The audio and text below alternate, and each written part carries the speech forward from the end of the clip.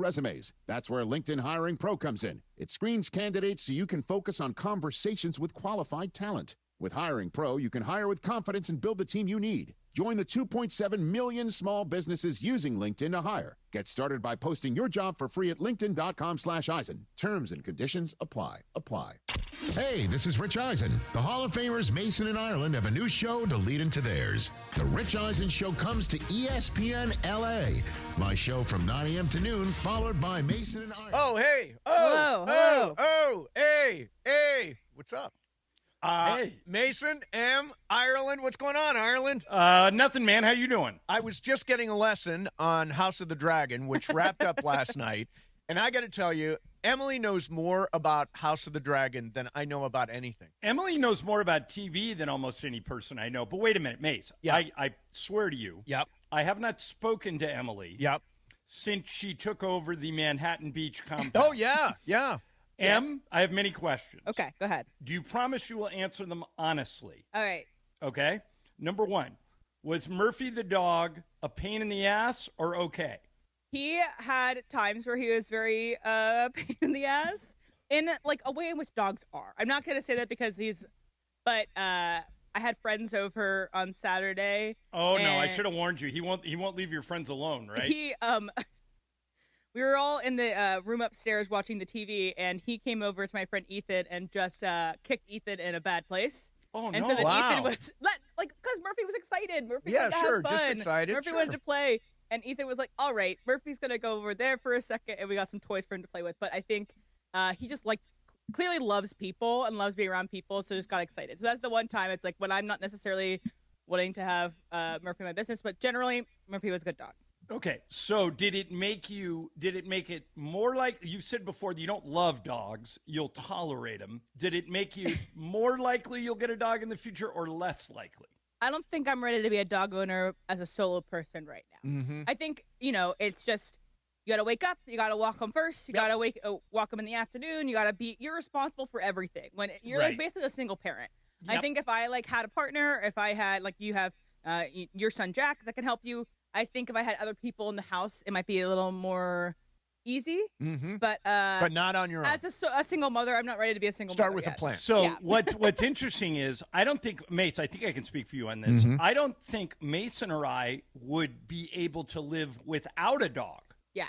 Like, the dog is a major part of who we are, right, Mace? Yeah, I mean, I have had a dog consistently since 1992. Yeah. At least one. And right now, two. And I've you had I was going to three. say, you normally have multiple. Yeah, we're going to get another dog in the fall, a beagle to replace Sophie, so we'll be a 3-dog house. I was All right, describing so- this to Tim, though. I was like, it's like my life right now, I can be completely selfish.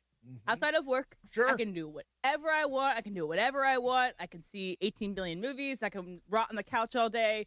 With a dog, it makes you get up, which I think is also a way in which probably you guys also like that aspect of it. It's like it makes you start your day. It gives you a reason Yep. for some things. I think that I'm just not ready for that right now. Yeah, no, All I right, get so in general, what'd you think of Manhattan Beach? Oh, it was really nice. I had a good time. I used the pool in your neighborhood a bunch, and it was a good time. It was very nice and quiet, nice and easy. Only thing is, I had 2 experiences. I went to pick up food, and I had to wait an extra 45 minutes. Oh, I man. would go Where? there. Oh, Ireland would have One stormed out. at Silver Lake Ramen, and I Okay. had, like I said, I know where that is, but I've never been. it said it was ready, and then I had Yeah. to wait an extra 30 minutes, and I was like, awesome. And the other time at Prime Pizza, again, said it was ready, and I had to wait an extra 45 minutes. So maybe I Now, just had is bad Prime luck. Pizza in the mall? No, Prime Pizza is by the Topgolf. Okay. So it's El Yeah. Segundo, I guess. Prime Pizza is probably my top I love one Prime Pizza. That's my favorite pizza Yeah, right Prime now. Pizza was great, but yes, Manhattan Beach was lovely. Unless we have I another enjoyed partner. All right. Did you or any of your friends use the massage chair? Everybody did. Oh! Okay. For a long time. And, It was Mace, a hit. Mace has the exact same one at his house. Yep. We, It we is actually, it's when we nice. bought him as a 2. So you were able to figure it out and enjoy it. Yes, it was. Okay. It was used by my friends. They enjoyed it as well, and they were like, "Well, we should get one too." So Do you understand the appeal of the massage chair I now? do. I understand the appeal of the massage chair for sure. And you didn't try the Bluetooth speakers yet, have you? I connected it, Ireland- but I was also always watching TV. so Yeah, I just watched Ireland, TV. you should try the Bluetooth speakers because then the show you're watching is right in your ears. Oh, I haven't tried it yet. You use it regularly, right? I use the Bluetooth speakers all the time. So, like, if you're watching the Dodger game, will you put it through the Bluetooth? Yes, I'll put it through the Bluetooth. I will say, John, I do think that I messed up your algorithm on Hulu because all I've been watching, I watched Twilight, I watched Princess Diaries, and then I watched like 18 episodes of Lost. So, that's fine. That's going to be your Hulu algorithm for a little bit longer. No, I used Hulu last night. You guys like New Girl? Yeah, I like New Girl. I never saw it. I'm going through Mace, you would like it fun. a lot. Yeah. It's nice. Yeah, I'm going through a rewatch of it. I just think it's really, really well written. The characters are great, and particularly, it's a vehicle for Zooey Deschanel. But the guys on that show are all really good. Like Damon Wayans is great. Mm-hmm. Max Greenfield, the guy who plays Schmidt, is really good. Those are really like 2010s, like LA. Yeah. Like it's filmed here. You see the stuff that you like were You know around. what's weird? I've got a blind spot for network comedy. I never watched Two and a Half Men. I never watched The Office. Big Bang Theory. I never watched The Office. I never watched Sheldon. Was there an old Sheldon? Is there an old Sheldon show yet? Well, the old Sheldon was Big Bang Theory. Okay.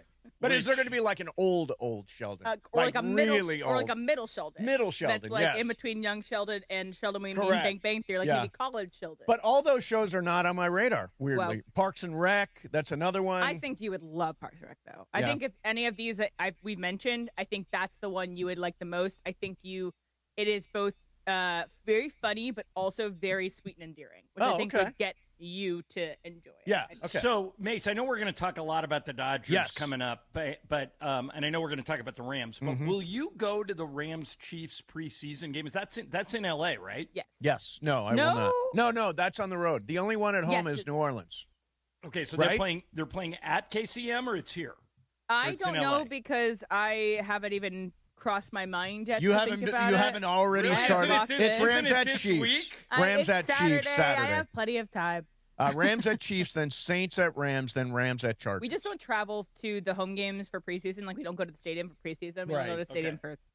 But they'll open up and we'll wait to see who plays quarterback. It sounds like we will see Ty Simpson. I'm an idiot. You can't go to that game. You're going to be in Europe. Correct. I'm going to be in Spain. But I would. But you'll be watching from Spain, right? Exactly. I already gave away the Rams Saints tickets for the 22nd. Okay. Because I'm like, you know what? If Sean's not going to play the guys, then he doesn't get the fans. If he's not playing, well, one thing is for sure, Sean's not playing the guys. No, he's definitely not playing anybody. I have a question for you, and maybe we're going to get into it more in the show. But if you thought you had an unobstructed seat in your PSL and it was obstructed, how upset would you be? Oh, that's a good question. We can definitely talk about it during the show because I'm referencing the Bills' new stadium, the Highmark Stadium. They just kind of had a soft opening this past weekend, and so they had a bunch of the season ticket holders, the PSL holders, come and see their seats. Mostly see the field. And apparently the act of that was a mistake on the part of the Bills. Yes, it was. Yeah. It did not go well. Work to do. Yeah, we'll do some of that coming up, and we'll start the show with some Dodgers. They've lost 8 of 9. 8 of 9. And Weird. By the way, I think we're going to have on today maybe the luckiest person in the world. Yes. I love this story. It's incredible. Yeah, stay tuned for that. That's coming up as well. Thanks a lot for watching Before the Growl. Coming up next, Mason and Ireland on the YouTube, on the app, and on the radio. See you in a minute. The Los Angeles Lakers. Mason and Ireland, the OGs of LA sports talk. I think now that LeBron has left, if the Lakers were to make it to the conference finals and knock off either San Antonio or Oklahoma City on the way, but then they lose, I would write that off as a gigantic success. Gigantic, not even small, like gigantic. Because then I would pick them to win it the next year. Mason and Ireland, weekdays at noon on 710 ESPN, the ESPN LA app, and on YouTube. Shohei Ohtani's interpreter was fired today. Ippei Mitsuhara ran up gambling debts to a Southern California bookmaking operation. The inside story of the biggest scandal in modern baseball. He was absolutely bananas, the amount of bets he was making. I've never seen anything like it. From 30 for 30 podcasts, this is The Betrayal of Shohei Ohtani. Presented by Gusto. Episodes 1 and 2 available now. Listen wherever you get podcasts. If Twisted Tea Hard Iced Tea was your best friend, It would be the kind of friend that starts an impromptu dance party in the supermarket aisle that turns into an all-day pool party rager at your place, and you don't even own a pool. Twisted Tea Hard Iced Tea turns any day into a legendary adventure. It's smooth and refreshing real iced tea with just the right kick of alcohol. Twisted Tea Hard Iced Tea. Keep it twisted. Twisted Tea Brewing Company, Cincinnati, Ohio. Please drink responsibly. Hi, this is Sean McVay of your LA Rams. The Rams play here. KSPN, Los Angeles. 710 ESPN. A good karma brands radio station. ESPN 710, Los Angeles. Sports. And it is the biggest show on the radio. Mason and Ireland is on for your Monday afternoon. Mason, Ireland, best show on the radio. Here we go, Monday, the 10th of August, 2026. The Hall of Famers are here. Steve Mason and live from the Idaho compound, Johnny I. Suck on that tap, John Ireland. I get out of the shower, I do a happy dance, and then I suck on the tap. Dodgers have won one game in 9. Is that good? We'll talk about the Dodgers weekend against Arizona. Royals are up ahead next. What's the problem, man? What's up with the Dodgers? Plus, we had the Pro Football Hall of Fame over the weekend, and Rams preseason begins Saturday in KC. It's so close you can taste it. The Hall of Famers, the biggest show on the radio. Mason and Ireland on ESPN LA, the home of the Los Angeles Rams. And we'll bring you fun and frivolity like Mace, like in flipping. A flip has got to be part of the concert experience. I would prefer choreography and actual dancing besides flips, because flips aren't exciting to me. I want to see a flip. While you imagine Mace doing a flip. So with that said, let's get this going. Let's do it. Producer Emily's here. Wilbert Flores sitting in for producer Brian Cohen, the social team in the back, and you, the biggest show on the radio, Mason and Ireland. Your Monday afternoon in the Southland right now. I want to put my meat in your mouth. Good afternoon. Good afternoon. Ireland is back from the compound. I don't even think my mic was on for that. Good afternoon. There you go. So Ireland, how was it? You had a couple of days there. You have people visiting the Idaho compound. The hotel was full all weekend. Everybody left yesterday, and I've got 2 more days here, today and tomorrow, and I'm on a 6:20 a.m. flight back to L.A. on Wednesday. Oh, on Wednesday. So you're going to do the show from here on Wednesday. So I'm going to pass you in the air. Oh, yeah. I am. I'm leaving for Europe. We added 3 nights in Amsterdam. Good for you. So we're going to go Barcelona to Amsterdam. Have you been there before? Yeah, it's an amazing town. It's an amazing city. I love Amsterdam. Do you tend to get into trouble when you go there? You know, there are these things called hash bars. I'm going to try to figure out what those are. What do those mean? There's one hash bar in Amsterdam that, John, I'm not kidding you. There's a biggest hash bar in Amsterdam. There's a McDonald's on one side of it and a McDonald's on the other side of it. Well, that makes some sense. No matter what, you have to walk by a McDonald's after you go to the hash bar. It's genius marketing. But right, there it is. But I mean, we're going there for the Van Gogh Museum. That's where and the Anne Frank House. That's what we're really. Yeah, I'm sure you are. Yeah. All right, so let's talk about the Dodgers for a second. They have lost 8 out of 9? 8 out of 9. They had lost 7 in a row. Yep. And then they won a game they probably shouldn't have won when Edwin Diaz cratered and somehow got out of it, and they stole the game in Arizona, and then they lost again. Yep. So last year, they lost 7 in a row and 10 out of 12. Yep. And we know how last year ended. Tonight, Kansas City comes to town, and they stink. Yep. Tonight, it's Tarik Skubal. Tomorrow night, it's Blake Snell. Yep. I think both of us, you and I, and maybe Brian and Will Flores is in for BC this week. How you doing, Will? I'm good, John. How's everything? Good to have you. For people who don't know, Will is my guy for the Lakers games. Will controls the flies the plane during all the Laker games, so he was nice enough to pinch it for Brian while he goes on his honeymoon. So I think all 4 of us, if you said pick the World Series winner right now, we would still all say Dodgers. Yes. Mace, if they lose tonight with Skubal and tomorrow night with Snell, doesn't doubt start to creep in, or would they have to lose way more before you would have even the smallest inkling of panic? Well, weirdly, their lead in the National League West is down to 7.5 games over Arizona. They only scored 7 runs this weekend. I don't know how you compete in a series scoring only and they're 7 now, runs. is it 4 games behind Milwaukee? Yeah, here's the thing. Milwaukee's the number 1 seed. Atlanta's the number 2 seed. That means that if it all stopped today, the Dodgers would have a 3-game series in the wild card round. That's what you got to avoid.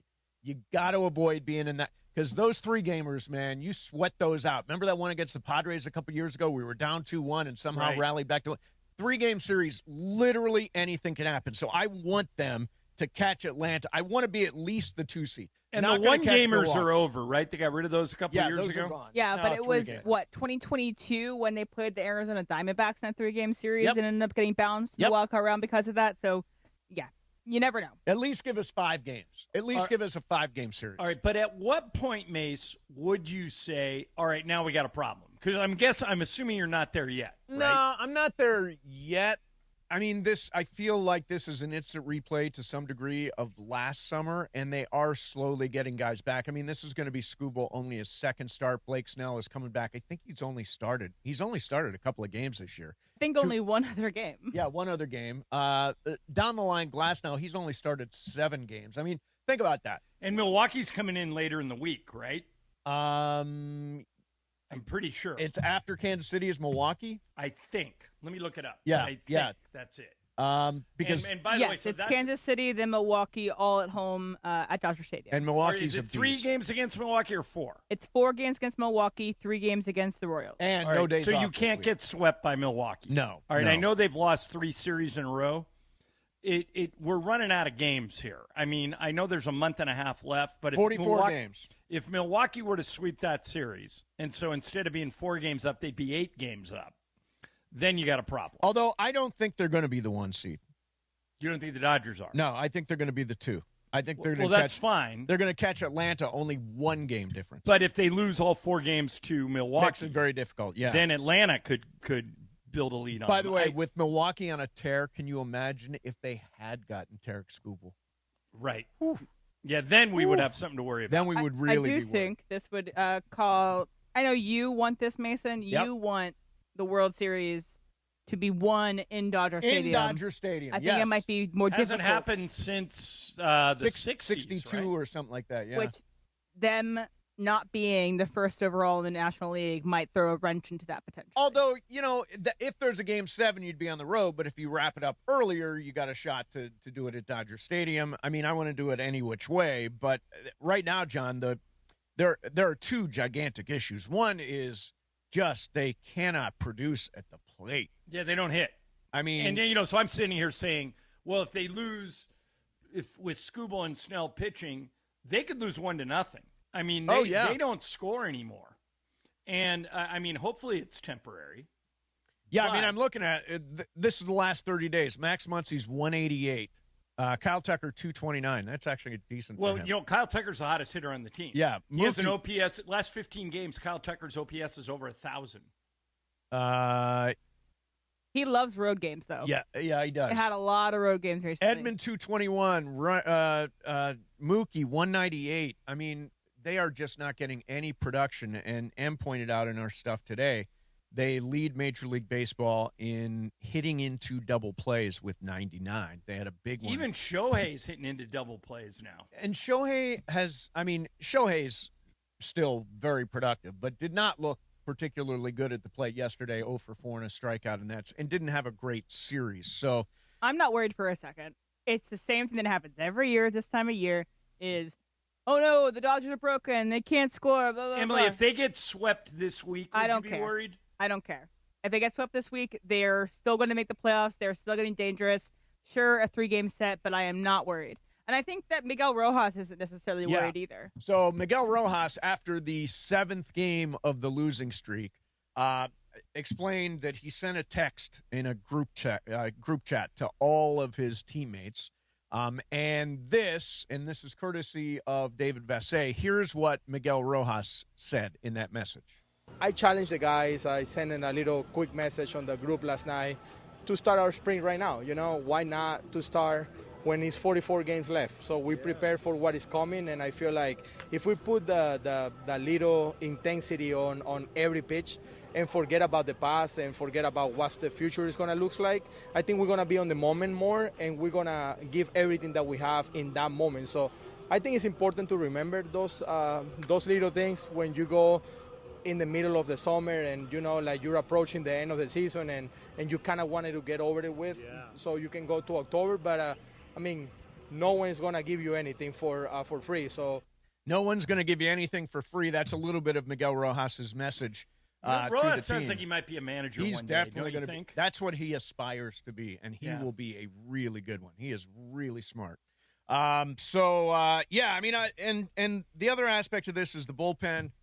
Edwin Diaz, that trumpet is actually kind of scary maybe at Dodger Stadium. Yeah, he's kind of taken over the Kenley Jansen role. He sometimes gets out of things, but it's never clean.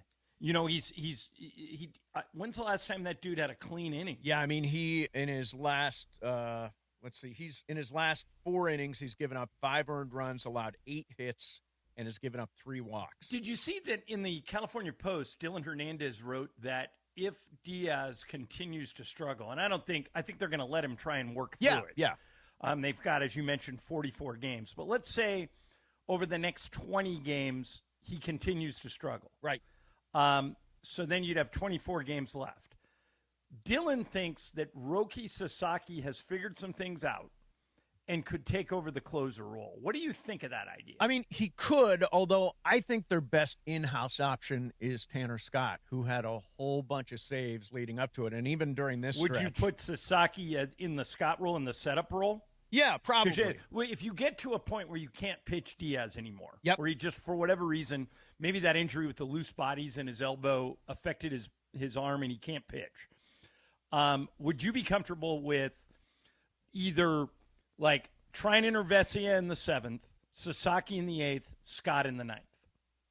I think it's some combination. The guys that are pitching well are Dreyer is pitching really well. Yeah. Phillips is pitching really well. Scott is pitching. So those guys well. are all 7th, 8th inning options. Yeah, but you better be able to use Edwin Diaz. He's costing you $23 million a year. He's a 3-year, $69 million and the contract. money doesn't matter. It does matter to a point. He has to earn that, and I think he has the ability to earn it. He is one of the best closers in the MLB, not having a great time right now. I was ready to make the argument, and, by annual salary, Kyle Tucker is the highest paid player in baseball. Yep. It's not really his fault. He just came up as a free agent at a time when a lot of teams wanted him. So I think he makes $64 million this year. I was going to suggest, until Tucker kind of heated up recently, that if he continued on what used to be his current pace, that you bench him for the playoffs and put Kike in, because Kike is so good in the playoffs. But now Tucker has kind of come alive. I would still like to find a way to get Kike into the lineup, wouldn't you? Oh, yeah. I don't think he came into last year with a starting job, did he? Was he playing second at that point? They will mix and match, John, and I am sure Kike is going to have big at-bats and big moments. But wait a minute. Who do you bench in order to play Kike? Do you bench? You don't. I like Edmund. I like Muncy. Teo has had some timely hits. If you have, so let's say I give you the mandate. Mm-hmm. Put Kike in the starting lineup. Who are you taking out? I think it's either Edmund or Teo. I would say I like Edmund. I would say Teo. Well, yeah, but one thing about Teo is it improves you defensively. Correct. And Teo, and he is swinging pretty wildly at this point. Yeah, a lot of them are. He is scuffling right now, missing pitches really that are, middle. So yeah, I just don't think I think like you're worrying about Edwin Diaz at a time. I don't think that needs to be worried about. I think that. Well, I'm giving him time to work it out, Em. Exactly. I don't. You say I'm worried about him. I'm worried about him now, but yeah. I think that he's got. What do you think, Mace? At least 25 games to work through this before they try and go to a plan B. And that's B. what baseball needs. Well, yeah, baseball is about working things out on the field. I think to jump to Roki Sasaki right now is a little bit premature. I think that's probably knee jerk. Would it be realistic to to flip-flop the order, like put Diaz in the 7th rather than the 9th? No, I think Diaz is a closer, man. He's used to coming in with the bases clear in the 9th. I don't think he's. And maybe being at home and against a team like the Royals will make a difference. Like I don't think it would be a crazy idea that even if it wasn't a save situation, like let's say tonight they're up 6-1 going to the 9th. I'm with you 100%. Throw them out there. Yeah. Yeah. I mean, I know it's high not leverage versus closing. Yeah, I know, but I mean, then just tell them to throw strikes, because what kills them on a lot of nights during this losing streak, during this 8 out of 9, is that they're walking guys. So many walks. Yeah, I mean, just go in, tell them to throw strikes, and let them work through it. Even if you have a big lead, it'll just give them more time on the clock. Yeah. Hey, have you heard what Skubal said this past week about the Tigers? Yeah, and I want to get into it. And I also, when we come back, can we do a hail fellow well met? Yes, you know where I'm going with that? Yeah, weirdly, we both sent the same piece of sound independently. I thought of you as soon as I said it. It is a classic. So we'll do that coming up next. Mason and Ireland, 710 ESPN. And it is the 15-minute mark right here on 710 ESPN. On the all-new ESPN LA app and on YouTube at ESPN Los Angeles. The 15-minute mark on 710. Fueled by Valvoline Instant Oil Change. You know, in that time it took to hear your favorite takes and all that fun and frivolity, you could be pulling out with a fresh oil change. No waiting, no appointment, just in and out in about 15 minutes. Bam! So you've got more time for what matters. Visit SoCalOilChange.com. In just 15 minutes, you can boost your vehicle's performance and save money while doing it. Visit SoCalOilChange.com now for value pack coupons and keep your car and your wallet running strong. The 15-minute mark on 710, made possible by Valvoline Instant Oil Change. Guys, Pizza Hut takes me back old school. Birthday parties, Little League, Friday nights, there was always something special about the Hut. Now, celebrate again with Pizza Hut's new throwback value menu. Iconic favorites like a personal pan pizza, breadsticks, and a 2-liter soda starting at just $4. Feed the family with the original stuffed crust pizza, $11.99 for a 1-topping medium. Try new additions like triple cheese, mac, and gooey s'mores sticks. Go to pizzahut.com or order now on the Pizza Hut app. Summer is sizzling and the August deals are at Northridge or Wonders Toyota. It's Bethel Durant, and I love my Camry Hybrid. And right now, you can lease a 2026 Camry SE Hybrid CVT for $359 a month or 36 months plus tax. $359 for a new Camry Hybrid? Come on now. It's got to be Northridge and Wonders Toyota. Lease based on 2026 Camry model 2561 with total SRP of $33,808. Lease and purchase amount of $21,964. $29.99 due at signing. Includes first month payment and $750 acquisition fee. Security deposit may be required. Unapproved credit, tax, title, license, or extra. Excludes dealer doc fee of $80. Offer ends 8/31/2026. The Hard Rock Hotline on ESPN LA. Brought to you, of course, by Hard Rock Casino Tajon. Experience gaming, dining, and live entertainment at the easiest drive from downtown LA. Must be 21 or older. Gambling problem? Call 1-800-GAMBLER. Don't miss the latest episode of the Blue Review with me, Greg Bergman, and Marcus Grant, talking all things Dodger baseball. Be part of the ESPN LA Blue Crew, 6:30 a.m. on the ESPN LA YouTube channel.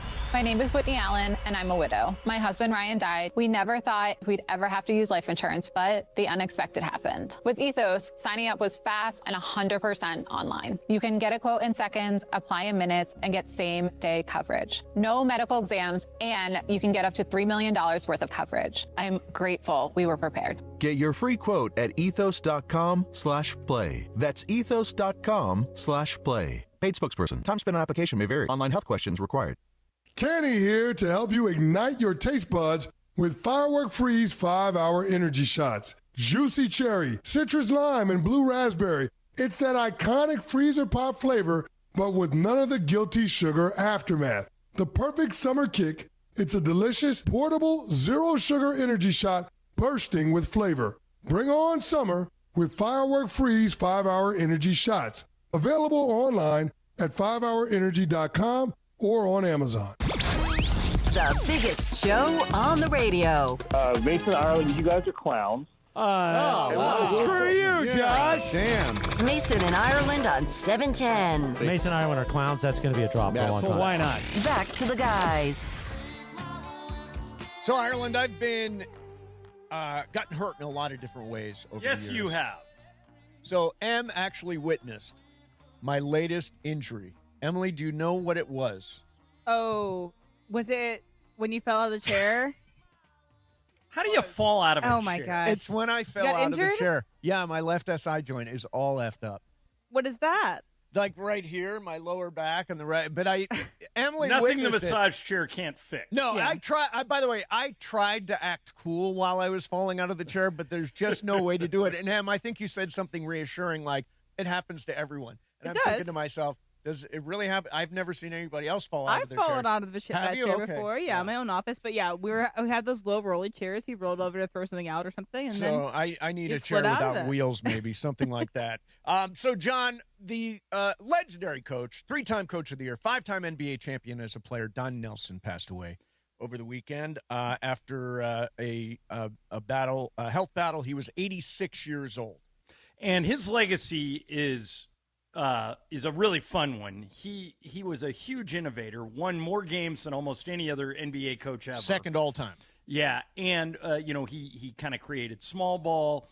He did a lot of things, but the thing that I think of about Don Nelson is how honest he was. Yes, he was. And so what this illustrates just how honest he was. In 2007, he coached the 8th-seeded Golden State Warriors. That was the team with Baron Davis and Steven Jackson.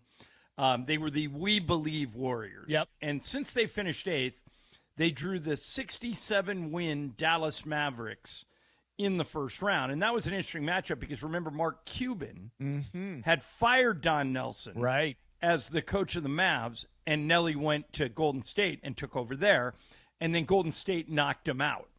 So 7 years ago, in 2019, the Warriors welcomed back the 2007 team to honor them, to honor the We Believe Warriors. And they had a press conference before the game. And this illustrates what Don Nelson was like. He just didn't really care about appearances. Nope. And so he was asked, what have you been up to lately? And here's how that went. Each of you talk briefly about what you've been doing after basketball. Coach, I know you live in Hawaii, right? So yeah, I've been smoking some pot, actually.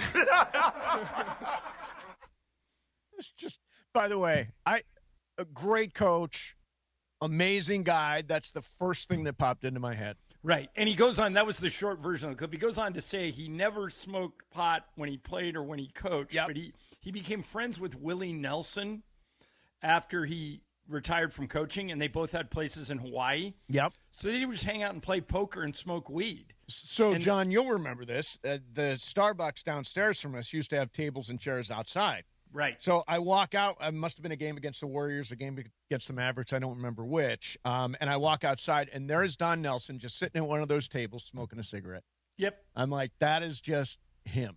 So Corey Maggette told me his story. You know, Corey played for the Clippers and then later went on to play for the Warriors and some other teams. And Corey said, so one day they're running layup lines at practice, and Nelly would bring his dog to practice. Right. And one day Corey's going up for a layup, and a dog runs underneath him, and he almost lands on the dog. Mm-hmm. And he goes, whoa, what was that? And Nelly yelled at Corey, not the dog. Like, hey, watch out for my dog. And Maggetti's like, what are we doing here? Yeah. But he, as you saw from his record, he was super inventive. He created Hack-a-Shack. He created small ball. He just had a way of seeing the game differently and trying to attack you in non-traditional ways. And hail fellow well-met to Don Nelson. Amazing guy. Amazing coach. Hey, if you need more Lakers talk in your life, and who doesn't, the ball knower extreme duo of Mike Trudell and Geeter McGee back tomorrow night on 710 ESPN at 6 o'clock. Also on the ESPN LA app. How do the Lakers still not have a resolution on their wing depth? You can discuss it. Actually, that's tonight. I said tomorrow night. That is tonight at 6 p.m. Lakers talk with Mike Trudell and Geeter McGee. All right, so, John, this came up on Friday. I want to get your reaction to it. Tarik Skubal was on the Pardon My Take podcast, and he just volunteered this. You know, I would love to play my whole career in Detroit. You know, I would love to, and hopefully those negotiations can pick back up in November. You know, once the playoffs are done, and we'll see where that goes. You know, hopefully they're involved with everything. You know, I would love to return. got nothing but good things to say about the city of Detroit and the manager, the coaching, the staff, the trainers, the teammates. Like, yeah, it's tough, and I'm going to try not to cry right now, but I mean, I love all those guys. So hopefully they're involved in November, and we'll see what happens then. Ireland, what do you attribute that to?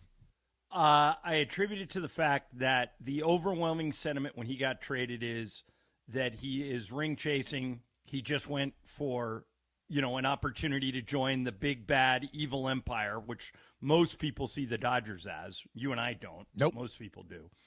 And I think that was a bone he threw to the city of Detroit to kind of thank them for being so great. And also, I think it sets up his free agency at the end of the year. It's like, hey, if you guys want me, come and get me. I had no problem with it. Did you have a problem with it? I chalked it up to when you get traded, you got to pull the roots out. You got to move. They were on the road. He spent one day at Dodger Stadium, then went out on the road.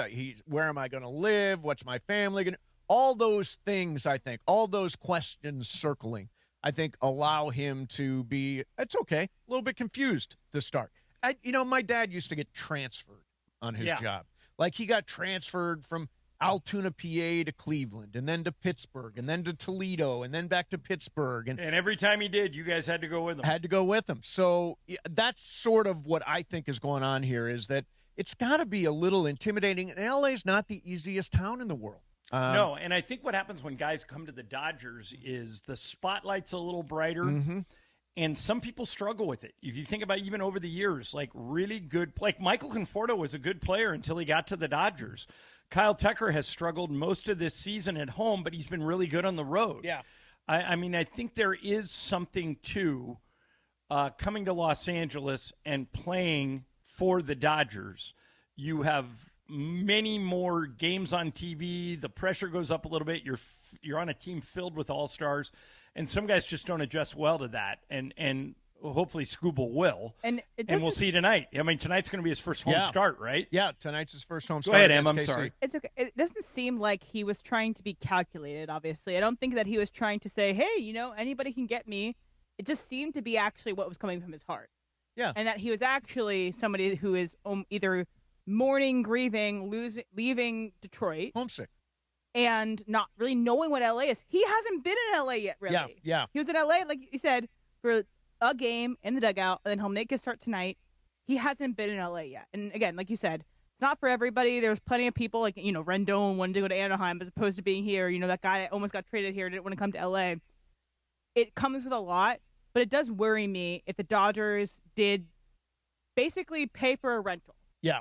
And who knows, maybe that rental will give you a World Series, but ideally you'd want to lock him up long term. By the way, but I don't think they gave up anything they necessarily care about.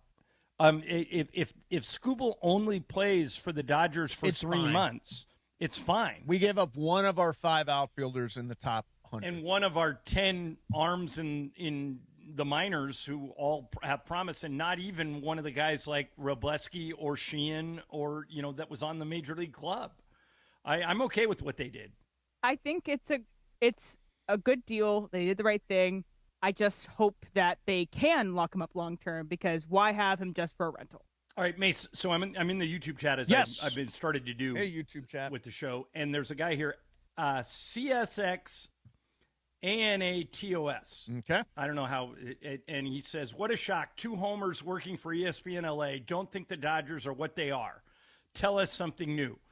Is it possible we're guilty of not being honest about how bad the Dodgers are? Are we? Well, they're going through a crap streak. It's but, like 9 games and 162. Yeah, it's 160. Last year they went through a 7-game losing streak. Once lost 7 of 9, I think, at one point. Nobody freaked out. Yeah, and they won the whole thing. And the people that don't like the Dodgers come back with, well, if one play would have gone different from Toronto, 1 of 10 plays, they would have lost. But it didn't. That's baseball, yeah. That's just baseball. So, yeah, are we being home? I am a homer. I'm a Dodger fan, so screw you. I'm allowed to root for my team. Right. And I am also. But are we guilty of not facing, or like, Ken in Newport Beach thinks the sky is falling every time the He's Dodgers probably on lose. hold already. Yeah. But are you and I guilty of, well, our attitude could be summed up in 3 words. They'll be fine. Yeah, they'll be fine. Are we guilty? Like Bergman will be in here later in the week for Boys in Blue, and is he fine with how they're playing? Are they in freak out mode on the Blue Review? I don't know. Here's the thing. I think it's okay to ride the roller coaster up and down and all that stuff. For a while, they were just winning games on autopilot. Yeah. Just piling up wins without anybody really noticing. 162 games. I want to point out, I'm going to cling to this as much as I can. Year 2000, Yankees looking for the three-peat. They won 87 games. They lost 15 of their final 18, and they still won the World Series. It is how you play in October, not how you're playing in early August. Or as Eric Kerr says, it's not the best team, it's the hottest team. Absolutely, and the idea is to get hot then. All right, coming up next for you, Hall of Fame induction over the weekend. One guy thought it was a roast, which I thought was really funny. And why the hell is Bill Belichick not in the Hall of Fame? We'll do that coming up. In the meantime, Cosm brings you the ultimate immersive sports experience. At Cosm, you can watch all your favorite sports on massive high-resolution displays surrounded by fellow fans. We're talking about the Dodgers. Game 7 of the World Series, I saw at Cosm. I've had so many great times at Cosm. You got to check it out. In the hall, they feature wall-to-wall live multi-view sports. You can catch every single game at the same time, following all your teams. You can take MLB to the next level. Experience baseball like never before at Cosm. Surround yourself in the action. And by the way, really cool movie experiences, cinema experiences over there. I saw The Matrix. I saw Willy Wonka and the Chocolate Factory. Harry Potter and the Sorcerer's Stone. I'm going to go see it. It'll be my first Harry Potter movie, all in shared reality. The deck on top, panoramic rooftop bar with amazing views, great food, great drinks, beer everywhere. Go check out Cosm. Full schedule of events, and to get your tickets, including all that stuff coming up for football season, go to Cosm.com. That's COSM.com, Cosm.com. Mason and Ireland, 710 ESPN. You never have to miss a moment of LA's mega sports station. Get the all-new ESPN LA app. Just search ESPN LA in your App Store or Google Play. Download, tap, and bam! You've got 710 ESPN in the palm of your hand. When it comes to hiring, other job sites are still huddling, while ZipRecruiter's already in the end zone. What's the advantage? With ZipRecruiter, when you need to hire someone fast, you get them fast, but you also get the best person for your job. It's a win-win. Plus, ZipRecruiter doesn't depend on candidates finding you. It finds them for you. Recruiting a team or looking for fresh talent, ZipRecruiter covers the field with their powerful technology and immediately starts showing your job to the right candidates. That's why over 4 million businesses have used ZipRecruiter to hire, and why 4 out of 5 employers who post on ZipRecruiter get a quality candidate within 1 day. ZipRecruiter makes hiring faster, smarter, and more efficient from post to hire before the competition can even line up. Get in the end zone with ZipRecruiter, the smartest way to hire. Try it for free at ZipRecruiter.com/LA. That's ZipRecruiter.com/LA. This is a special notice to U.S. taxpayers owing $10,000 or more to the IRS. Tax Relief Advocates is urgently notifying taxpayers that tax relief initiatives are now available that may significantly reduce or eliminate what you owe. If you're afraid of an IRS lien, levy, or wage garnishment, don't lose hope. You can now take advantage of these current relief programs to end all collections, reduce the amount you owe, and resolve your tax problem. Even if you have years of unfiled tax returns or are already in a payment plan, you may still qualify for significant relief. Struggling taxpayers can now get relief they need during these hard economic times. A hotline has been established by Tax Relief Advocates for you to call and see what you qualify for. They are A+ rated with the BBB and have over 1,000 5-star reviews. Don't wait. Call 800-575-9087. 800-575-9087. That's 800-575-9087 or simply visit TRA.com. And it is Mason and Ireland, your Monday. Now, you heard in the big show open, about flipping, and Mace likes people that can flip. Did you know this little nugget about people that can flip? I want to see a flip. I think I also have the thing where I think every Mormon knows how to flip, and if the Mormon doesn't know how to flip, you haven't asked him, but they haven't tried. Wait, I've never heard that either. I don't understand that. I'm just saying. See, that's why we love producer Emily. She's the MVP of this place, ESPN LA. More of Mason in Ireland continues your Monday afternoon right now. By the way, our friend Ed Hart is Mormon, says he's never flipped. Yeah, I've never heard that before, Em. Although he did tell me on text that he did do a flip into a pool, which I told him by definition that is a flip. Okay. A little safer. If you know a Mormon and they know how to flip, they either know how to flip or if they say they can't, they haven't tried. Yeah, haven't tried yet. There you go. Hey, John, this is interesting. Bill Simmons on the Bill Simmons podcast was talking just randomly about stuff, and he said something I found very surprising, and I used to be just like him. Here's Bill. Well, as you know from driving with me, I never buckle it, and I just wait the minute until it stops doing the noise. Well, you don't buckle your seatbelt ever? Nah, not really. That's a terrible. I know. I'm not proud of it. I'm not proud of it. I just don't like seatbelts. I know. Listen, I know I'll get skewered. I'm a bad example. Sometimes I'll put them on. If I'm going 95 on the highway, I might throw it on there, but no seatbelts. Now, I will tell you that I never wore a seatbelt until I met Juan. And he's a stickler for it? Juan made it a non-negotiable. You will wear a seatbelt or else I'm going to find somebody who does. Oh, wow. I wear one always when I'm driving. Yeah. I often don't when I'm a passenger. Interesting. Unless, I've been. Do you put one on when you're in an Uber? In an Uber, yes, I do. Yeah, I don't. Again, because of Juan, he will not, for example, a couple of weeks ago, me, not stepdad Leo, my mom and him were in a car, and he would not put the car in drive until everybody had their seatbelt on, including my mom and Leo in the backseat. Well, that's admirable. Yeah. I mean, but I just, if I'm in an Uber, like when you're in a Waymo, do you put the seatbelt on? Yes. I always put the seatbelt on. I guess it's just a habit now. It's a reflex. You do know that you can get in a crash in an Uber, right, John? Right. I mean, it's not, I'm not saying that there's any logic to what I do. It's like how I'll only put ketchup on hamburgers and only put mustard on hot dogs. Yes. It doesn't make any sense. Yeah, no. Well, okay. What I think happened is, I'm assuming this about you, is that seatbelts were kind of introduced later in your life than, because I grew up entirely with seatbelts in cars. Yeah. Always. My parents had a time before and a time after seatbelts, and I think they have the difference of not always putting it on because it wasn't always a part of your life. Is that a correct assumption about you? Is that there was a before seatbelt and an after seatbelt? Sure. So I think that's why you guys are less, it's less automatic. My family was not very baby seat in the car.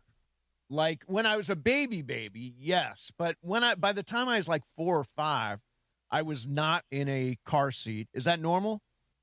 Not now. No, because I see 11-year-olds in car seats now. It's booster seats. Booster seats. Because it's how tall they are, and it's all to prevent people. I get that. Yeah, we just never had them. I don't think we used to use. Did you spend a lot of time in a baby seat, John? I can't remember. I can't imagine Myrna had you in a baby seat. I'll ask her. I don't know. Also, the Waymo will not go if you're not buckled. That is true. The Waymo will not go anywhere unless you're buckled in. So you're kind of stuck there. Hey, if you want to, by the way, wear your seatbelt because you'll get a ticket. I got a ticket once for not wearing it. If you want 2 tickets to football's biggest championship game, join Travis and Marcus Grant this Thursday at Morongo Casino Resort and Spa for a live broadcast and enter for a chance to win the Morongo Fantasy Football Face-Off. Draft live with Travis and Marcus. Beat the hosts for weekly prizes and be the last fan standing to win the grand prize. Powered by Morongo Casino Resort and Spa. Good times. All right, so, John, Adam Vinatieri was inducted into the Pro Football Hall of Fame over the weekend. Yep, he deserves it. Probably the most accurate kicker ever. And he turned it into sort of like a celebrity roast. Here he is on Coach Bill Belichick. Your preparation, discipline, and attention to detail shaped far more than my football career. Unfortunately, Bill couldn't make it here today. There's a lot going on at UNC right now. He may be on a recruiting trip right now looking for the next Lawrence Taylor. I thought it was because training camp had already started. But in truth, it's because he's judging his girlfriend's cheerleading competition. I love that. I do too. Now, I will say this, though. How do you even have a Pro Football Hall of Fame without Bill Belichick in it? How is that you have a baseball possible? Hall of Fame without Pete Rose in it. Yeah, but in this case, Bill Belichick. Oh, you're comparing Pete Rose to Bill Belichick deflating footballs in Spygate? Well, first of all, is Belichick eligible yet, or is it not till next year? He was eligible this past, so he could have been in this class. If he was a first ballot Hall of Famer, he would have been in this class of Hall of Famers. Let me see. 6 Super Bowl wins. Yeah, I think he gets in. I think they're probably just making him wait. Which is stupid. Why are you making him wait? We all know he's the greatest coach of all time in the NFL. Is he? He is. He is the greatest coach of all time. He has 6 So, Super Emily, Bowls. could I not make the argument that before Tom Brady got there, he didn't win anything, and after Tom Brady left, he didn't win anything? But you can't say that those 6 Super Bowls don't matter. He coached the most dominant team in NFL history. And I think you can't completely separate Tom Brady and Bill Belichick. I don't think Tom Brady would have been Tom Brady without Bill Belichick. I don't know. He went to Tampa and won another one. After he had already been built by Bill Belichick. With Tom Brady starting, he was 219 and 64. He was about 30 games under 500 without Tom Brady. What are we doing here? We're pointing out that it may have been Brady responsible I think it was for more. success. It was more Belichick. Brady I think than that's Belichick. a ridiculous thing. No, you it's can't not. separate the two of them. They're there I just together. did.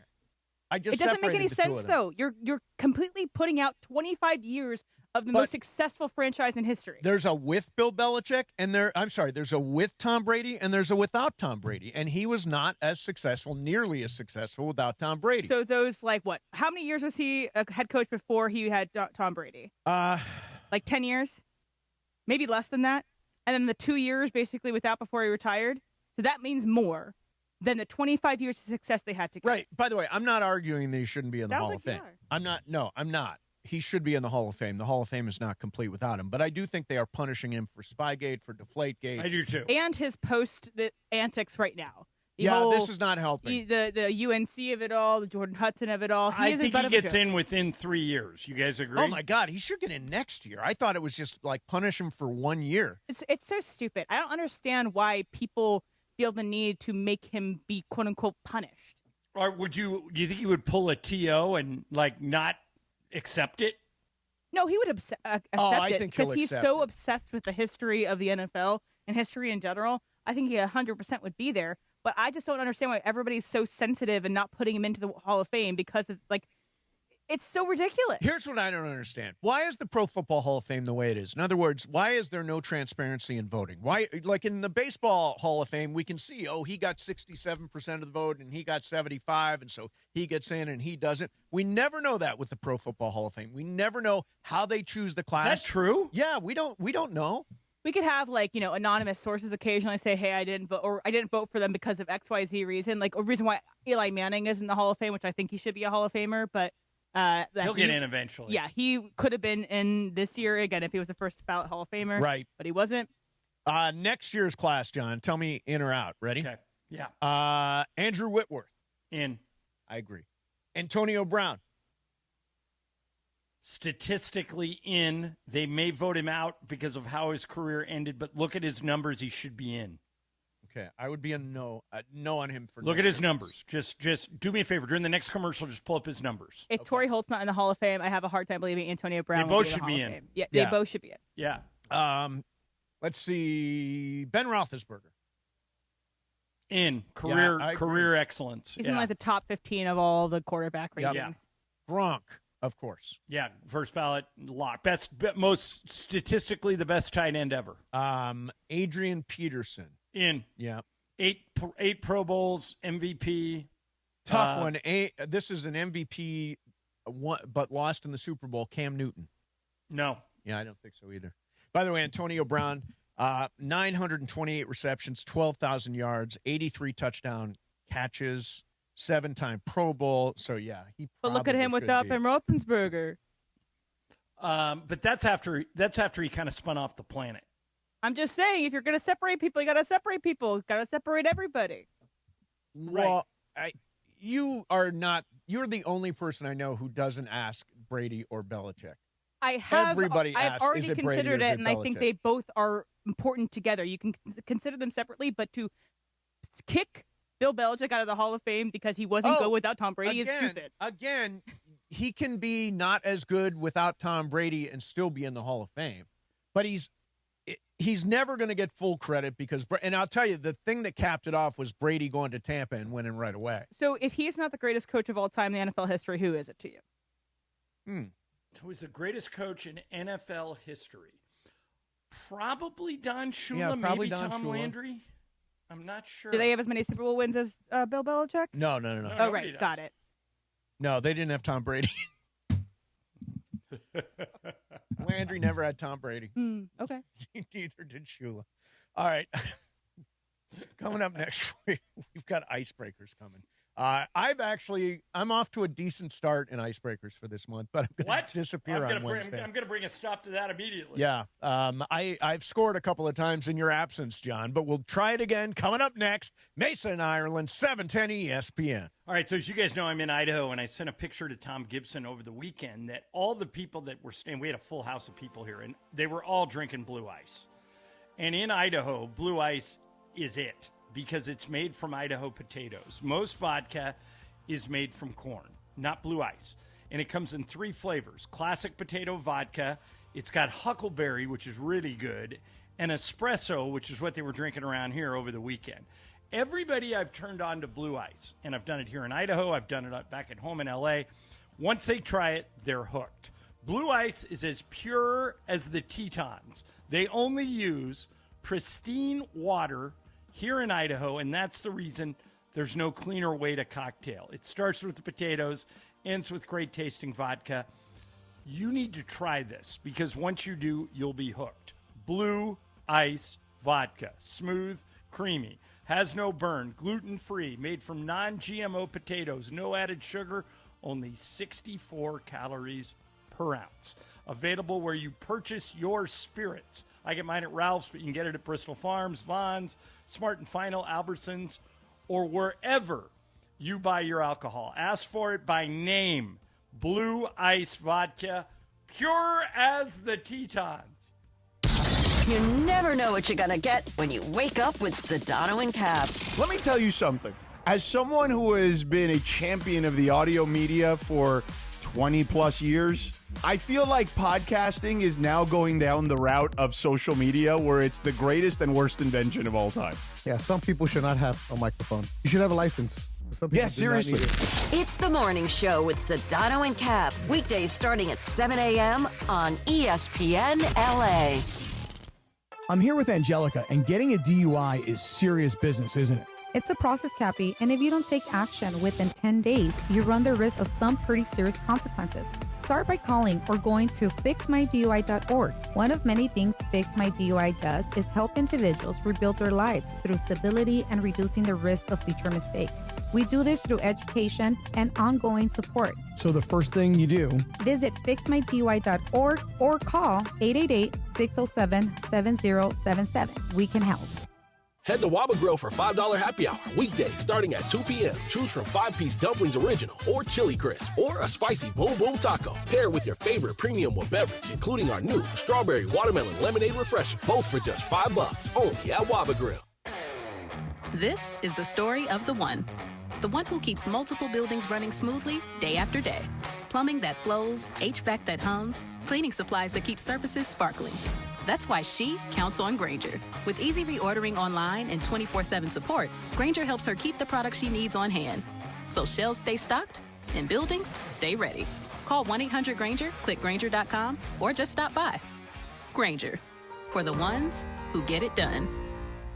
I'm David Ortiz. When I lost my mom, she was only 46, and I lost my dad to cancer. It was the worst pain I ever felt. It made me think, what will happen with the people I love when my time is up? That's why I have life insurance. Ethos makes it easy. It's all online, take about 10 minutes, and you can get up to $3 million in coverage. Get your free quote at ethos.com/game. That's ethos.com/game. Paid testimonial. Time spent on application may vary. Online health questions required. Oh, It's Icebreakers time. Oh, right. That's right. The big voice guy. Listen to Mason and Ireland. Weekdays noon to 3 on ESPN LA. Exactly right. Time for Icebreakers on Mason and Ireland. Icebreakers made possible by Blue Ice Vodka. Your fit-friendly vodka. With no sugar added, 64 calories an ounce, and keto-friendly. Let's do it. Icebreakers. Presented by Blue Ice Vodka on Mason and Ireland. Take it away, producer Emily. All right, here's where we stand on August 10th. We have Mason the lead with 15 points. Whoa. Yeah. The others have 8 points, and John, you have minus 44. Long right, way to I'm go, coming. John. You I'm gonna may win the never month. catch me. I'm going to win the month. Okay. For 10 points, I was born in 1967 in Brooklyn. My dad worked at Amex and was an IBM executive. I was an altar boy when I was a child, and I moved to Vegas when I was 9 years old. Okay. For 9 points, I have narcolepsy, and I have a fear of tidal waves. And from October 22nd to the 26th in 2007, I broke the Guinness World Record for most miles flown in a 5-day work week. I also played the bass clarinet. Don't know. The Vegas thing throws me off. For 8 points, I got a star on the Hollywood Walk of Fame in 2013. I was a wedding DJ and an amateur sketch artist. And I have appeared on shows like The Middle, Shark Tank, and The Bachelor, but all as a cameo as myself. Ireland. Go ahead. I think it's Jimmy Kimmel. It is Jimmy Kimmel! Damn. What gave it away? I started thinking when Mace, you actually tipped me. He goes, the Vegas thing threw me off. Yeah, and then Vegas, sure. And then when I knew Jimmy was from Vegas. Yep. And I also had heard him, I've heard him say before, I once was a sketch artist. So that's kind of what did it. But that's not a ton of points. I got that after like the fourth or fifth guess. Oh, no, that's 8 points. That was 8 points. That was really good, That was a good man. one. Really good. Okay. Well, All right, so what am I now? Am minus 36? Yes, you are minus 36. Okay. Icebreakers is sponsored. I was just talking about them by our friends at Blue Ice Vodka. Premium taste, nothing extra. So Ireland at Raiders practice, there was an enormous, there was a throwdown between Kirk Cousins and Max Crosby. Max Crosby does this on a pretty regular basis, although Kirk Cousins says he hit his arm twice during practice. What is your feeling on fights at practice, intra-team fights, not joint practices, but just team fights? This is my feeling. As a former Raiders fan who finally got sick of their knuckleheadedness, and got off the ride. They need this. They don't. I wouldn't have punished either Max Crosby or Kirk Cousins. I know that they have a new coach, new GM, and they're trying to build a culture. But Mace, they haven't won anything in 20 years. Yeah. This reminds me of when the Dodgers signed Kirk Gibson. Mm-hmm. In spring training, Jesse Orosco put eye black inside of his hat. Yep. So when Gibson, who was a bald guy, put on his hat, he had a big black ring around. And Gibson didn't like it and went into the locker room and started a fight with Orosco. They had to be separated. Yep. And Gibson said, look, you MFers, I'm here to win a world title. If you guys want to F around and do this stuff, do it after we win something because you guys haven't won blank. And everybody went, whoa, he's that guy. And, of course, they went on a magic carpet ride and they won the title. I think Max Crosby and Kirk Cousins fighting is a good thing. What do you think? 100% a good thing. I mean, I've talked to enough NFL players to know that this is something that can be very productive in a practice, that you want things to be chippy. You want things to be, quote, unquote, spirited. You want there to be some fight in everybody. And if there was ever a team that needed to point out that we're not effing around anymore. Yep. Isn't it the Raiders? Absolutely. I mean, the Raiders have been unprofessional and stupid for the better part of 20 years. They just do dumb stuff all the time, like trade Khalil Mack for nothing and then blow the picks when they get them. Right. And whether it be Jamarcus Russell or Henry Ruggs, which was tragic circumstances, obviously, but they keep getting their picks wrong. They now seem like they have some stability. Yeah. They have what it appears to me in Kubiak to be a good coach. They have what appears to be a good GM. They're letting Tom Brady kind of sign off on things. They're on the right track. They're starting to build good habits. Yes. I think if you come in and say, oh, no. We don't want fight. Like, if you and I get in a fight at ESPN and it gets physical, we get in trouble. But we're not a football team. Right. They're a football team. They need toughness. I wouldn't have suspended either one of them. And by the way, if I was Kubiak and the press came out and said, what'd you think of that fight? I would have said, I think it's good that somebody showed some fight. We need that. We're in the AFC West. Right. And they both got, They got suspended for practice on Saturday, but also it's not they were probably happy to be Kirk Cousins apparently went to the Backstreet Boys concert Saturday night, so maybe just got a night off. So I don't think it's actually a big deal. No. But I think it's interesting. It's different than how the Rams are doing training camp. The Rams haven't had a fight at training camp, but it's because I think the way that McVay sets the tone and how they're all going into practice is they're not necessarily looking to be chippy. They just know what they're going out there to do. Yes. It's very businesslike. Also, there's not really a lot of jobs up for grabs necessarily. Right. It kind of feels like this is what it is, and it's just fine tuning everything. So it's not like there's no competition. It's just that maybe there's not animosity, and I don't think that they need to fake the animosity necessarily to get themselves going. Yeah, I think the Rams are very businesslike, and they're also not bashing each other's heads in during practice. They approach it a very different way. Like John, have you watched Hard Knocks? Emma's watching Hard Knocks. Yeah, I'm watching. There's only been one episode so far, but I saw it. There's another one tomorrow night. And is Mike McDonald kind of a hard ass? Yeah, a little bit. Yeah, they were running practice hard. There was guys throwing up. There was little skirmishes throughout the practice, and it's just a different way that they are preparing, but also they're a much more defensive forward team. Yep. And I think when that is the case, you tend to have more of these disagreements at practice, these fights at practice. When it's offensive based, it's mostly them trying to figure out their scheme. So, hey, mates, can I get one more thing in before Sports Graffiti? Because in case people want to react to it. I know people don't want to hear this Kawhi Leonard stuff anymore, but did you see what Stephen A. came out and said over the weekend? No. Okay, so Stephen A. says that Pablo Torre on Friday released another episode that, Kawhi, the Clippers clearly circumvented the salary cap. I mean, if you listen to, Pablo has now done 13 podcasts on it. Daktronics, which is an electronics company that has never had a celebrity spokesman, was funneling money, and one of the employees came out and said that was blatant. We basically were getting money from the Clippers. They funneled it through us. It was to circumvent the salary cap. So Stephen A. had Pablo Torre on his podcast, and Stephen A. said this about what he thinks should happen if Pablo's latest revelation is true.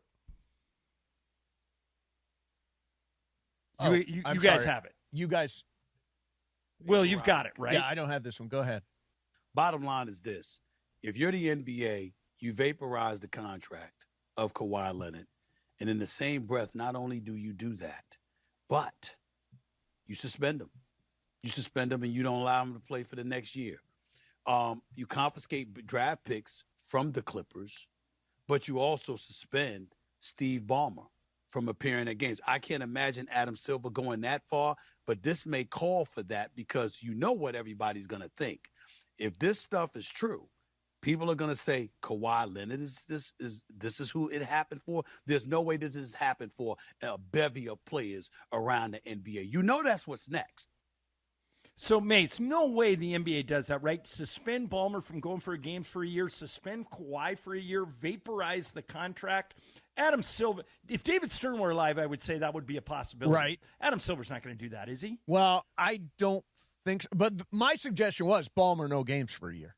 I think that is the only penalty that matters at all to Steve Ballmer. And I think that should be the penalty. In terms of Kawhi, there's a suspension for some period of time. I don't know that I would necessarily vaporize the contract. But apparently, John, the NBA has already gone down this. They're already investigating the Daktronics thing. So it wasn't necessarily just Pablo Torre. That law firm, whoever that is, was already down the... Wachtell Lipton? Yeah, they were already down the Daktronics rabbit hole. Which isn't surprising. They should know about this. If Pablo knows about it, they should know about it. Otherwise, they're not doing their job They've spent a year investigating this. They better know about it. Yeah, and they're being paid very handsomely. Sure. And I think, by the way, just to add to this, remember there was that moment where we thought, oh, maybe Kawhi will come to the Lakers too. Remember that, John?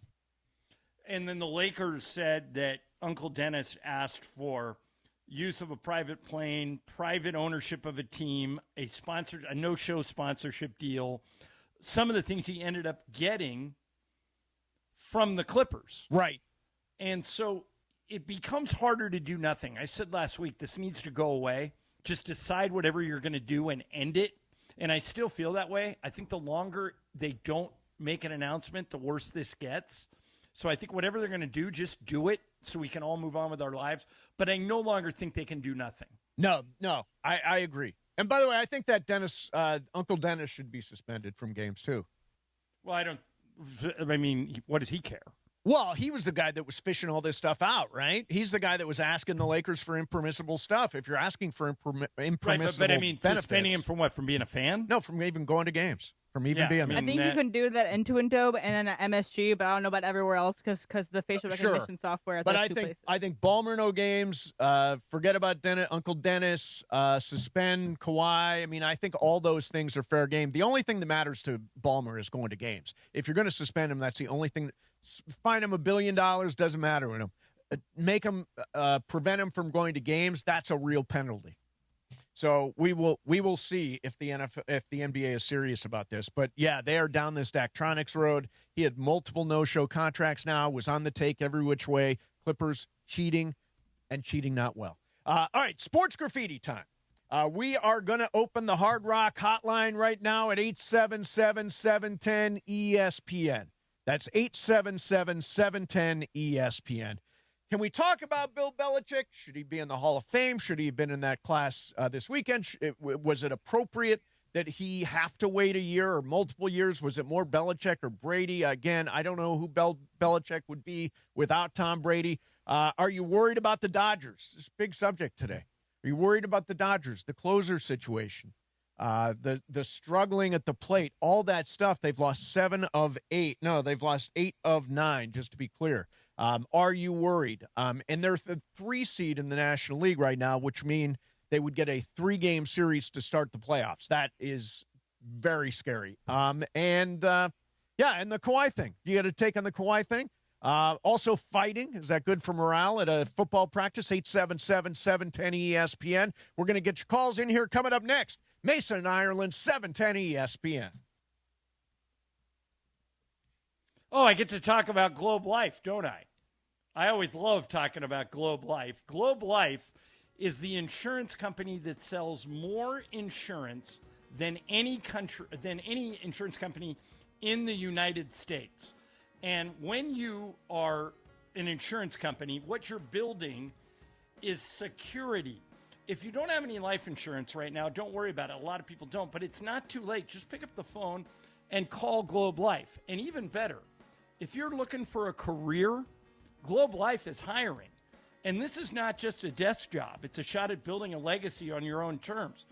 If you're ready to get into the game and explore something new, go to globelifecareers.com. Globelifecareers.com has a bunch of different options for you to get started if you're looking for a career change. Check it out today, globelifecareers.com. Globe Life, the official life insurance of the Los Angeles Lakers.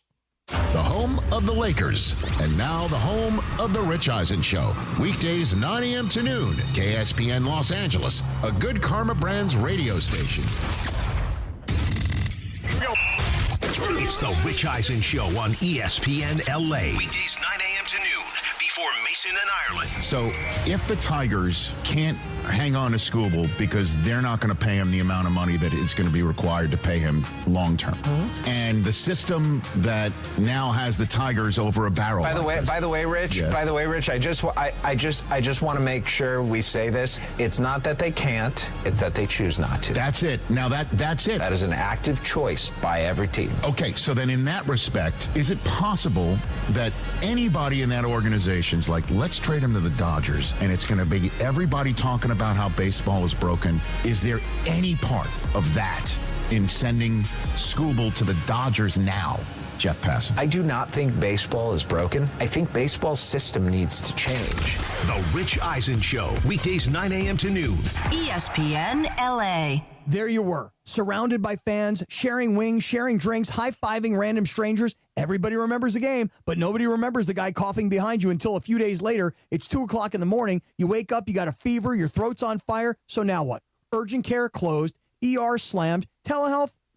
Maybe, but the pharmacy's closed. You need a medical emergency kit. These are not first aid kits, everybody. They contain essential prescriptions used for over 30 common conditions, sinus and ear infections, UTIs, stomach bugs, traveler's diarrhea, and more. You can even use your doctor-developed guidebook to select the right prescription or call their telemedicine doctor standing by. It's like an urgent care in a drugstore in your house. When you're sick, traveling, or stranded, you'll wish you ordered a medical emergency kit. Order online in minutes, and it's shipped to your door. Save $45 with our promo code 710 at urgentcarekit.com/710. That's promo code 710 at urgentcarekit.com/710. Hey, it's Oral Hershiser. Can you believe I have my name on a building? I can't, but I'm grateful and I'm humbled. And here in Chino at Oral Hershiser Chevrolet, we love Chino. We love the people of this neighborhood, of this community, and the surrounding community. And we are here to serve. We're here to serve the same way I served you on the mound, the way I'm serving you on the microphone, and the way we follow and watch champions and championships. And yes, it's sports graffiti time. 1 o'clock in the Southland on the biggest show on the radio, Mason in Ireland. And of course, on Sports Graffiti, we take your calls. And if you're calling into 877-710-ESPN and you're calling into LA's mega sports station, ESPN LA, you're calling in on the Hard Rock Hotline. The Hard Rock Hotline, made possible by Hard Rock Casino Tajon. Bringing you Sports Graffiti today. Experience gaming, dining, and live entertainment at the easiest drive from downtown LA. Must be 21 or older. Gambling problem? Call 1-800-GAMBLER. You get to talk to Mason in Ireland during Sports Graffiti, and we know everybody loves Mason in Ireland. Let's do it. Sports Graffiti time. Take it away, Mace. All right, Ireland, happy to know every single line in the building is lit right now. So let's hit it. Let's start out with Danny and La Crescentia. Danny, you're on 710 ESPN. What's up, man? Hey, guys. Thanks for taking my call. Great to talk with you. Long-time listener. Thank you, man. Listen, August 21st, Luka bobblehead, Dodger Stadium. You know, I was just thinking it might be a nice touch, just a thought. Lawrence Tanner is retiring this year, and I thought it might be nice if the Dodgers might bring him out, maybe introduce the Dodger lineup and do the It's Time for Dodger Baseball, a little respect for the Lakers voice on Luka night. What do you think? It's a good idea, but without revealing details that I'm not authorized to reveal. Sure. Lawrence Tanner is having health issues, Mm-hmm. and right now that would not be possible. Right now. Yeah. Hopefully he gets better, and it would be possible down the road. But one of the reasons he is stepping down is health-related. Yep. So but it's a good idea, Yeah, and it I is a like the great way you're idea. thinking, but right now it wouldn't be possible. Let's go to Kevin in Chicago. Kevin, you're on Sports Graffiti. What's up, man? How's it going, guys? Wanted to call in last week, but, life got in the way. But, Mace, I thought your take on Notre Dame's, schedule, calling it easy, was really funny, considering you wanted USC to drop Notre Dame for Sacramento Valley Junior College or whatever it was. But did you look at USC's schedule? I know. It's tough for the Notre Dames this year. I think it's just funny that you were calling Notre Dame's schedule easy when you wanted USC to have an easier schedule so you guys have a chance to get in the playoffs. Right. We've got at Indiana, home to Ohio State, home to Oregon, at Penn State. They have a beast of a schedule. And by the way, if you look at Notre Dame's schedule and compare it to USC's schedule this year, there's no comparison. It's just. Well, I agree. Notre Dame's schedule is bordering on a joke. But, Kevin, I will double down on the fact that I like that the first three games are easy ones and tune-ups for the Big Ten. And I am also glad that Notre Dame finally came to its senses and agreed to play early in the season in week 0 or the first couple of weeks of the year. They had said anytime, anywhere. USC had said week 0. They said no. Finally, they've come to terms with it, and there's going to be a series starting in 2030. So, Notre Dame's schedule is just a joke. They need USC so badly. Let's go to David in Beaumont. Beaumont, you're on Sports Graffiti. What's up, David? Hey, what's up, guys? We were talking about the Raiders getting in that little fight, and you guys said that, they shouldn't have sat them down. But really, they got a good coaching staff because they use that as an excuse. One, Max is coming off of rehab. They want to slow him down a little bit, and you're not going to tell him to slow down. Second, Mendoza never got any reps with the first team, so this was a chance to see him, with the first team. They got to use an excuse to kind of get a little preview of what they may or may not have coming. Yeah. Right. Well, my point was this. If you want to throw Kirk Cousins and Max Crosby out of practice, that happens in professional sports all the time.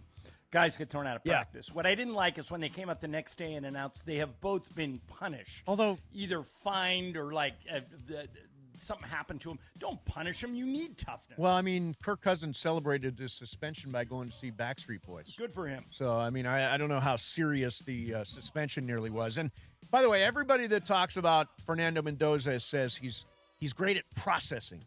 Processing is the big thing. So, I mean, I think there's a really bright future for Fernando Mendoza. Let's go to Ken in Tarzana. Ken, you're on Sports Graffiti. Hey, man. What's up? Hey, guys. 2017, we won 104 but lost 11 in a row. We should have won the World Series, but for the cheaters in Houston. Yep. Last year, we lost 7 in a row. That's going to go back, John. 1968-69, Boston Celtics, 48-34, fourth place in the East. Unfortunately, Coach Van Bredekopp didn't put Wilt in, and we lost that championship. So I'm not really worried about the Dodgers. We do need to get Will Smith back. But I don't understand why Diaz was thrust back into the closer role. He should have been eased back in. Tanner Scott, 180 degrees different compared to last year. He's been pitching effectively. All right. Thank you very much, Ken. Yeah, I think the best arm they've got out of the bullpen right now is Tanner Scott. Now, I still think you want Edwin Diaz back in that closer role. They become so much more dangerous if they've got a lockdown ninth inning guy and Tanner Scott in that setup leverage position in the seventh or eighth inning with runners on. But I think I agree with the idea that they're going to put Edwin Diaz out there in a ninth inning save situation. And he's blown 2 in a row, so we'll see. Let's go to San Pedro. Chris, you're on Sports Graffiti. Hey, Chris. Hey, thanks for taking my call, guys. I just want to give a shout-out to Don Nelson. I started watching basketball in the mid-'90s, and he was somebody that I remember seeing on TV when the Dallas Mavericks were playing, and I did not realize the impact he had on this game, going back to being a 5-time champion with the Boston Celtics, also a former Laker before that, and a 3-time Coach of the Year. What was so unique about him was he spotted talent. And when when people say coaches don't matter, Don Nelson was the antithesis of that belief. He found guys and saw potential in them that they didn't necessarily see in themselves. Taking a chance on Dirk Nowitzki, Steve Nash, that put the Dallas Mavericks, along with the ownership of Mark Cuban, of course, on the map in the late 90s and then into the early 2000s. And then the We Believe Warriors with Baron Davis and Steven Jackson and those guys in 2007. And then, of course, one of the last gifts he gave to the Warriors organization was finding Steph Curry in 2009. I think a good comp for him across sports would be guys like Dusty Baker or Andy Reid or Dick Vermeil. That's good. Great coaches that were able to make an impact offensively, but also find and develop talent. So R.I.P. to Nelly. Very good. Thank you, Chris. That's a nice tribute. Here's a good Don Nelson story. So one time I was working a game, and Steven Jackson dribbles down, and with like 20 seconds on the shot clock, puts up a 35-footer. And it clanks off the rim, and the other team grabs the rebound and starts a fast break and scores. And Nelly calls timeout, and after the game, the beat writers for the Warriors said, "Hey, Coach, I'm just curious. What, in your opinion, is a bad shot?" Because this was like the worst shot ever, And Nelly thinks about it for a second, and he looks at the reporter, and he goes, "One that doesn't go in." And I thought, what a great answer. Yeah. Because nobody would say anything if Steven Jackson would have walked up the floor and buried the 30.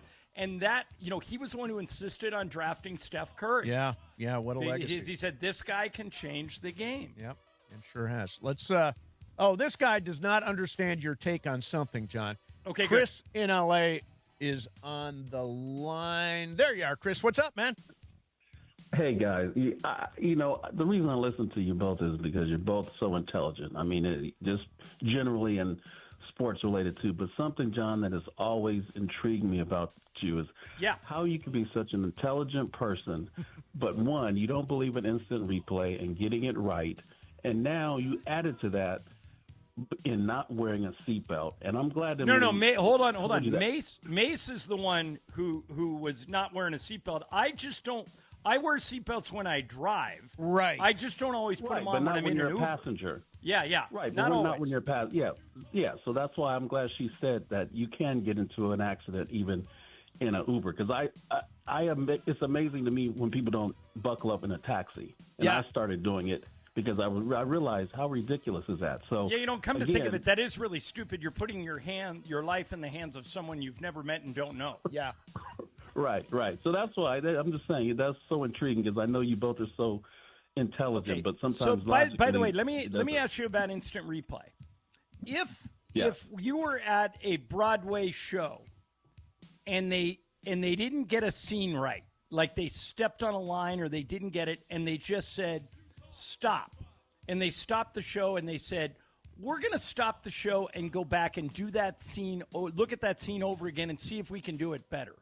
My whole argument for instant replay is this, that if you can do it like baseball does it, I love this tap on the helmet and you get a result within 20 seconds. If all instant replay was like that, good. What I don't like is NBA instant replay, which stops the game for 5-6 minutes multiple times down the stretch when it's an entertainment product. Are you okay with the NBA stopping the game for 5 minutes multiple times in the last 5 minutes of a game? But see, John, you just made my point that I would have said. That's entertainment, the opera or whatever show. Sports is betting. Sports are championships. Sports are what cities have not had for years, like the Knicks. I mean, you can go on and on. The importance of sporting events, to me, is way more important than a show. So to get it right is more important in a sporting event than getting it right just at a play. Chris, let me ask you: Are you a gambler? Do you gamble on games? Yeah, every now and then. Yeah, okay. Every now and then. Because aren't you just as likely to get a good call as you are a bad call? If you were to get rid of instant replay, don't you think the odds are the same that you're gonna win your bet? Maybe so, but I'm just a logical person, and I just would rather have something bad happen to me because it was supposed to be, and not just because someone decided not to do an instant replay. Okay. That's why I never understood with John. If you want things to be right, why not have things right if you have the ability to make things right? Yeah. That's the thing. Okay, yeah. Chris, thank you very much. Right. And the one thing with and Michael has the same argument as me, I think you've come around to our side that if we were to eliminate instant replay, the gamblers are the ones who come for me. Yeah. I don't have an answer for the gamblers. Yeah, but you're just as likely to benefit as you are to lose on that, right? In other words, if the call's wrong, you may have the bet that benefits from the wrong call. I don't understand the gambling aspect of it because I still think a bad call can help you. And my opinion has always been call on the floor. I understand. In Major League Baseball, they found a way to do it in a really quick way. The NBA, just not possible. Call on the floor. Let's move. Let's go. Right. If they could do it like baseball, I'd be 100% supportive. Isn't baseball replay great? Oh, it's fantastic. It's like fantastic. The other sport that's good with that is tennis.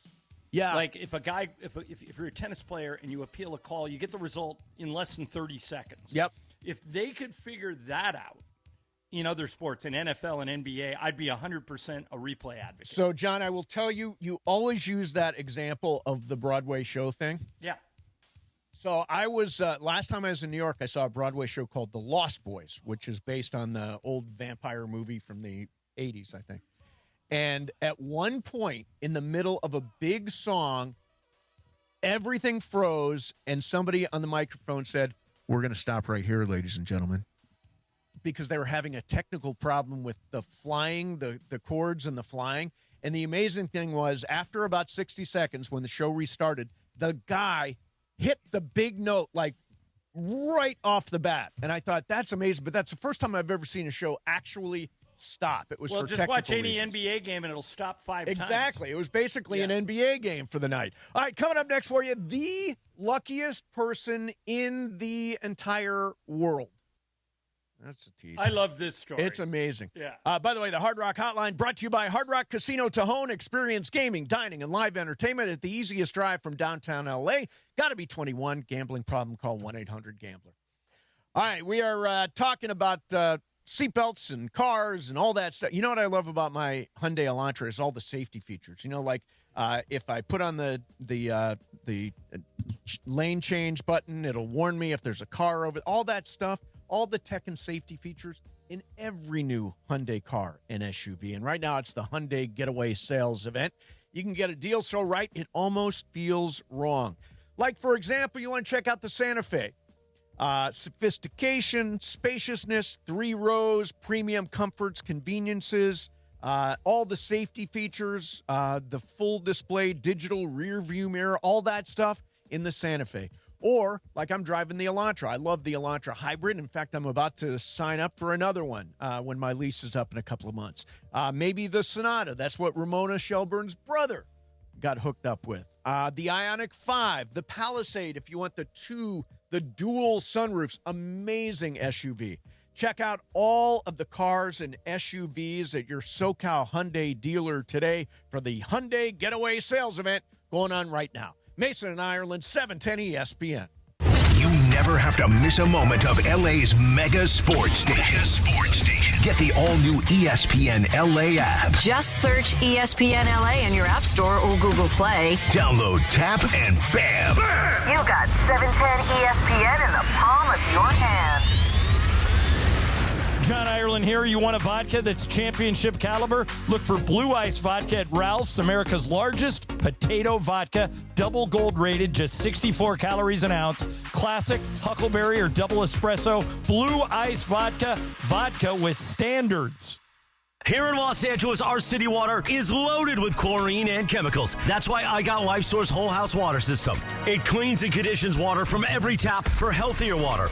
With no salt and no regular maintenance. No more harsh, skin-irritating city water. Upgrade your water and your life with LifeSource. I did, and I'm never going back. LifeSource has been doing it for decades. Read the reviews. Call the LifeSource California factory today at 800-WATER-99 or visit LifeSourceWater.com. LifeSource Water, it's not just better, it's essential. LifeSource, taste and feel the difference. Warranty limitations apply. Call Jacob. Hey, it's Mace. And I'm Ireland. After a crash, you are on the spot. You got to make the right decisions. 800-345-6789. Count the facts. Count on Jacob. Count your options, then count on Jacob. 800-345-6789. Put it in your phone. Memorize it. Accident or injury, call Jacob and Ronnie. Call Jacob. 1-800-345-6789. Call Jacob. A small business affirmation from Progressive. Bakery owners, you will be loved today.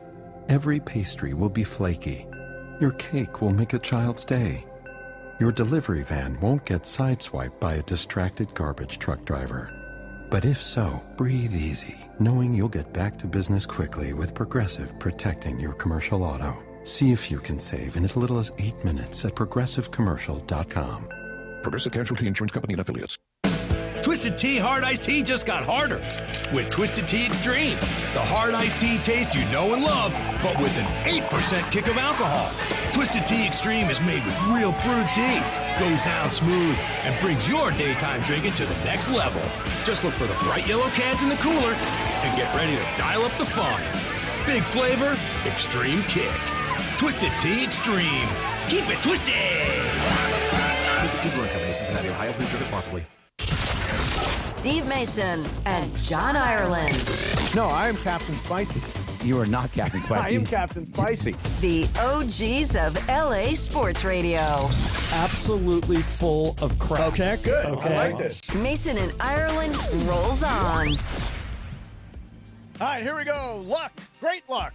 Luckiest person on the face of the earth right now on the Hard Rock Hotline.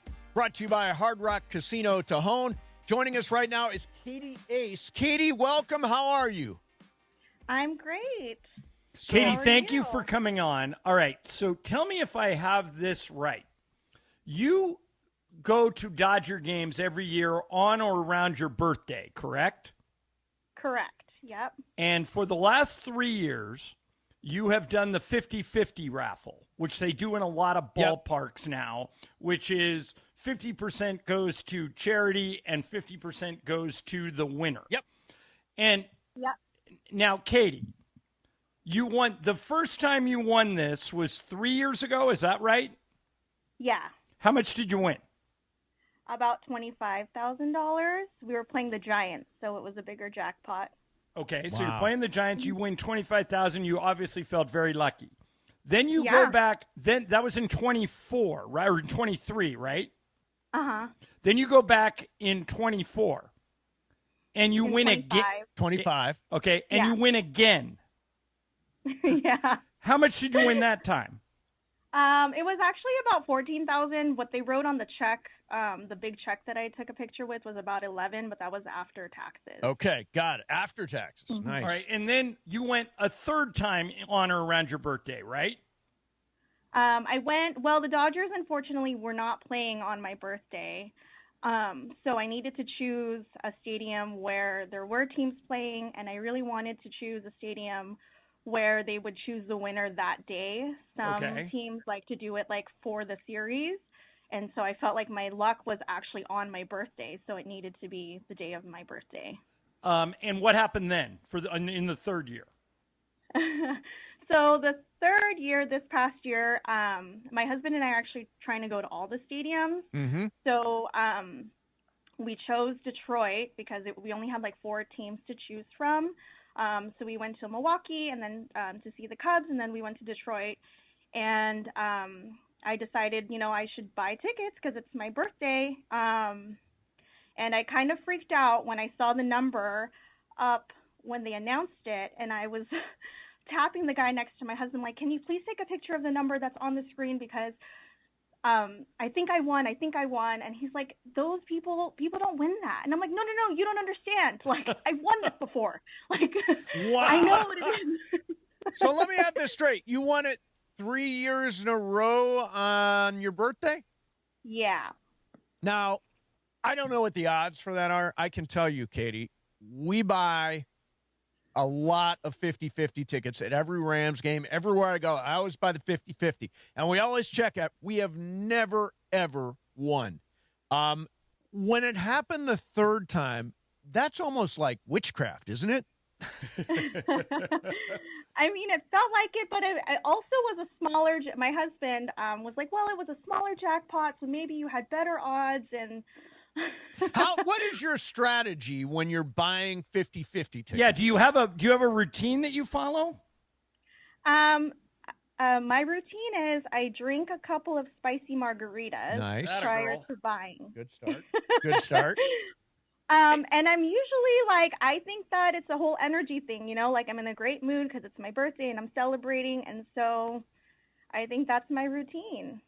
Katie, and by the way, so Katie's won the 50-50 3 years in a row on her birthday. And Katie, I'm looking at a picture of you. You're not that old. Do you mind if I ask how old you are? I turned 39. Oh, you don't look 39. Good for you. Thank you. So yeah, are you gonna? I would imagine you're gonna keep going on your birthday, right? Yeah. So I looked ahead, and the Dodgers are playing the Cardinals next year on my birthday. So I guess I'm going to St. Louis. Wow, that's amazing. So do you buy them all in one chunk, or like us, like we buy some from one guy, some from another guy, some from a third guy, so that we kind of spread it around and get different numbers, or do you just buy them in one chunk? Oh, that's a good strategy. No, I buy them in one chunk, and I buy like the most that you could buy, Yeah. Wow. Congratulations on that. So what do you do with those big, gigantic checks after you're done? Like, do you like hang them in the living room, or what do you do with the big, gigantic check? No, they don't let you keep those big checks. You're kidding me. Oh, that's no fun. That is no fun. Yeah. Now, I'm assuming, Katie, you're a Dodger fan, right? I am a Dodger fan, and I do have to say that I won back-to-back, and the Dodgers went back-to-back. So And you won a third time, so if that's any indication, our odds are looking pretty good. We've been spending a lot of time talking about how bad the Dodgers have been lately. They've lost 8 out of 9. Are you worried at all? I'm not worried at all. I think that we have a great chance, and we have Skubal. That's actually why I went to Detroit. I needed to tell Skubal to come over. Yeah, there you go. What is the coolest thing you bought since you winning all this money every year? You just Did you splurge on anything? So actually, in 2024, if you remember that series, so we played New York and we had won like 3 in a row, right? And then we were in New York, and I really was like, oh my gosh, this game we could just sweep. And I was looking at third-party apps, and I was like, oh my gosh, the tickets for the game are really cheap. And my husband's like, you know what? We have airline credit. So we actually used some of that 50-50 money to fly to Yankee Stadium. We left at 6 o'clock in the morning. We landed, went straight to the stadium, and then we flew back so that I could go back to work. Wow, Oh, that's Katie, that's awesome. amazing. Congratulations on all the That winners. was unfortunately the one game that we lost. Oh, yeah. Right. Hey, I'll tell you what, next year on your birthday, the spicy margaritas are on me, okay? Oh, my goodness. I also love celebrating with champagne, so I'm down for that, too. Well, Awesome. Michael Thompson, who loves champagne, is coming in on Wednesday. He'd probably buy you a glass of champagne or 2 or 3. Yeah. Hey, listen, Katie, congratulations. I know you got money to spend. It's just an amazing – the odds must be unbelievable for this to happen. But By the way, Katie, do you buy lottery tickets? Like, have you ever won anything else like this? I've actually, I am quite lucky. I win a lot of like Instagram contests and stuff like that. And so, I have been buying lottery tickets, and I did buy lottery tickets on my birthday, at the Tigers game because they have like the little kiosk there, but I didn't win. So, Katie, I have a question. Are you thinking of a number right now? Oh, yeah. What's Give in us your a head? number. Maybe it's going to be a lucky number. Anything that's coming to you right now as you're thinking about it. I would say 18, Yamamoto. Okay, lock it in. 18. 18. And Terrence Ferguson for the Rams. All There you right. go. Hey, Katie, Well, congratulations, congratulations. An amazing story. And make sure to check in next year on your birthday after you win again. All right. Thank you so much. All right, have a great day. What are the odds of that, to win the 50-50? I think it's I'm going down that rabbit hole. I can't and even everybody in the imagine. comments section is trying to figure out the odds, and they think it's more than $1 billion to 1. Really? Yeah. Do you know people I know people like Katie who, like my cousin, is just an incredibly lucky person.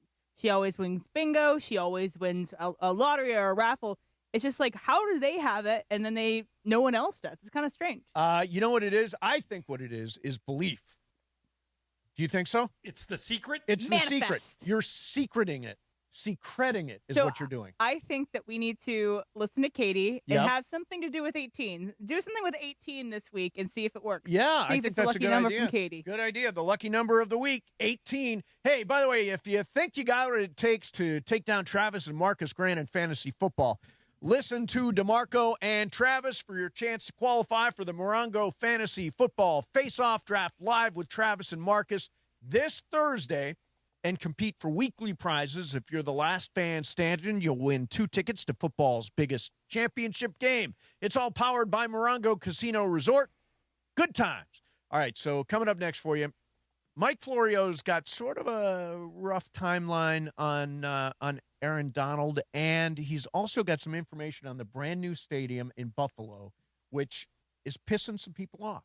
We got that coming up next for you. Mason and Ireland, 710 ESPN. All right, if you are hiring, you got to use ZipRecruiter. With ZipRecruiter, when you need to hire, you get the right fit for any role fast. As Ian Siegel, the guy who invented ZipRecruiter, says, they don't leave anything to chance. That's because ZipRecruiter's smart matching technology starts showing your job to qualified candidates immediately. You can also add filters and screening questions to your job post. How fast? 4 out of 5 employers who post on ZipRecruiter get a quality candidate within the first day. So no wonder they're the #1 rated hiring site in the game based on G2. So you can try it right now for free at this web address, ZipRecruiter.com/LA. Again, that's ZipRecruiter, ZipRecruiter.com/LA. ZipRecruiter.com/LA, the smartest way to hire. It's DeMarco Farr and Travis Rogers for your afternoon drive. I want to know, after a long day, or if you're wearing sandals, tip or no tip, you're down to drive barefoot. Absolutely. What am I wiping for? It's going to be my feet. But you stepped in dog crap earlier in the day, drove your car with your shoes on, and now you put your bare foot on the dog. I don't do that. No, I'm not good. that you know of. That's true. Very true. DeMarco and Travis have taken over Afternoon Drive. Weekdays starting at 3 p.m. on 710 ESPN. There you were, surrounded by fans, sharing wings, sharing drinks, high-fiving random strangers. Everybody remembers the game, but nobody remembers the guy coughing behind you until a few days later. It's 2 o'clock in the morning. You wake up, you got a fever, your throat's on fire. So now what? Urgent care closed, ER slammed, telehealth? Maybe, but the pharmacy's closed. You need a medical emergency kit. These are not first aid kits, everybody. They contain essential prescriptions used for over 30 common conditions, sinus and ear infections, UTIs, stomach bugs, traveler's diarrhea, and more. You can even use your doctor-developed guidebook to select the right prescription or call their telemedicine doctor standing by. It's like an urgent care in a drugstore in your house. When you're sick, traveling, or stranded, you'll wish you ordered a medical emergency kit. Order online in minutes, and it's shipped to your door. Save $45 with our promo code 710 at urgentcarekit.com/710. That's promo code 710 at urgentcarekit.com/710. Are you ready to make a difference for the environment while helping the visually impaired at the same time? Then donate your vehicle to Heritage for the Blind today by calling 1-800-983-6530. Every donated vehicle will either be properly recycled in an eco-friendly manner or given a new life through reuse. Donating your vehicle is easy. Simply call 1-800-983-6530 and Heritage for the Blind will do the rest. They'll even arrange for your vehicle to be picked up at no cost to you. And for a limited time, when you donate your car, you'll receive a $200 restaurant voucher and a 2-night, 3-day hotel stay at one of 50 locations. Call 1-800-983-6530 right now to schedule your vehicle donation and make a positive impact on the environment while helping others. Heritage for the Blind, where every car donation counts and every person makes a difference. Call 1-800-983-6530 now. This advertisement is paid for by Heritage for the Blind. Mason in Ireland on 710. John, you're working with God today. I love that. Hey, God. Hey, God. Thank you. The biggest show on the radio. Yeah, lowercase G, not capital G. Lowercase G. Yeah, you're like exactly Athena right. or out there, yeah, whatever. one of them Poseidon, like yeah. Mercury or one of them. Steve Mason and John Ireland right now.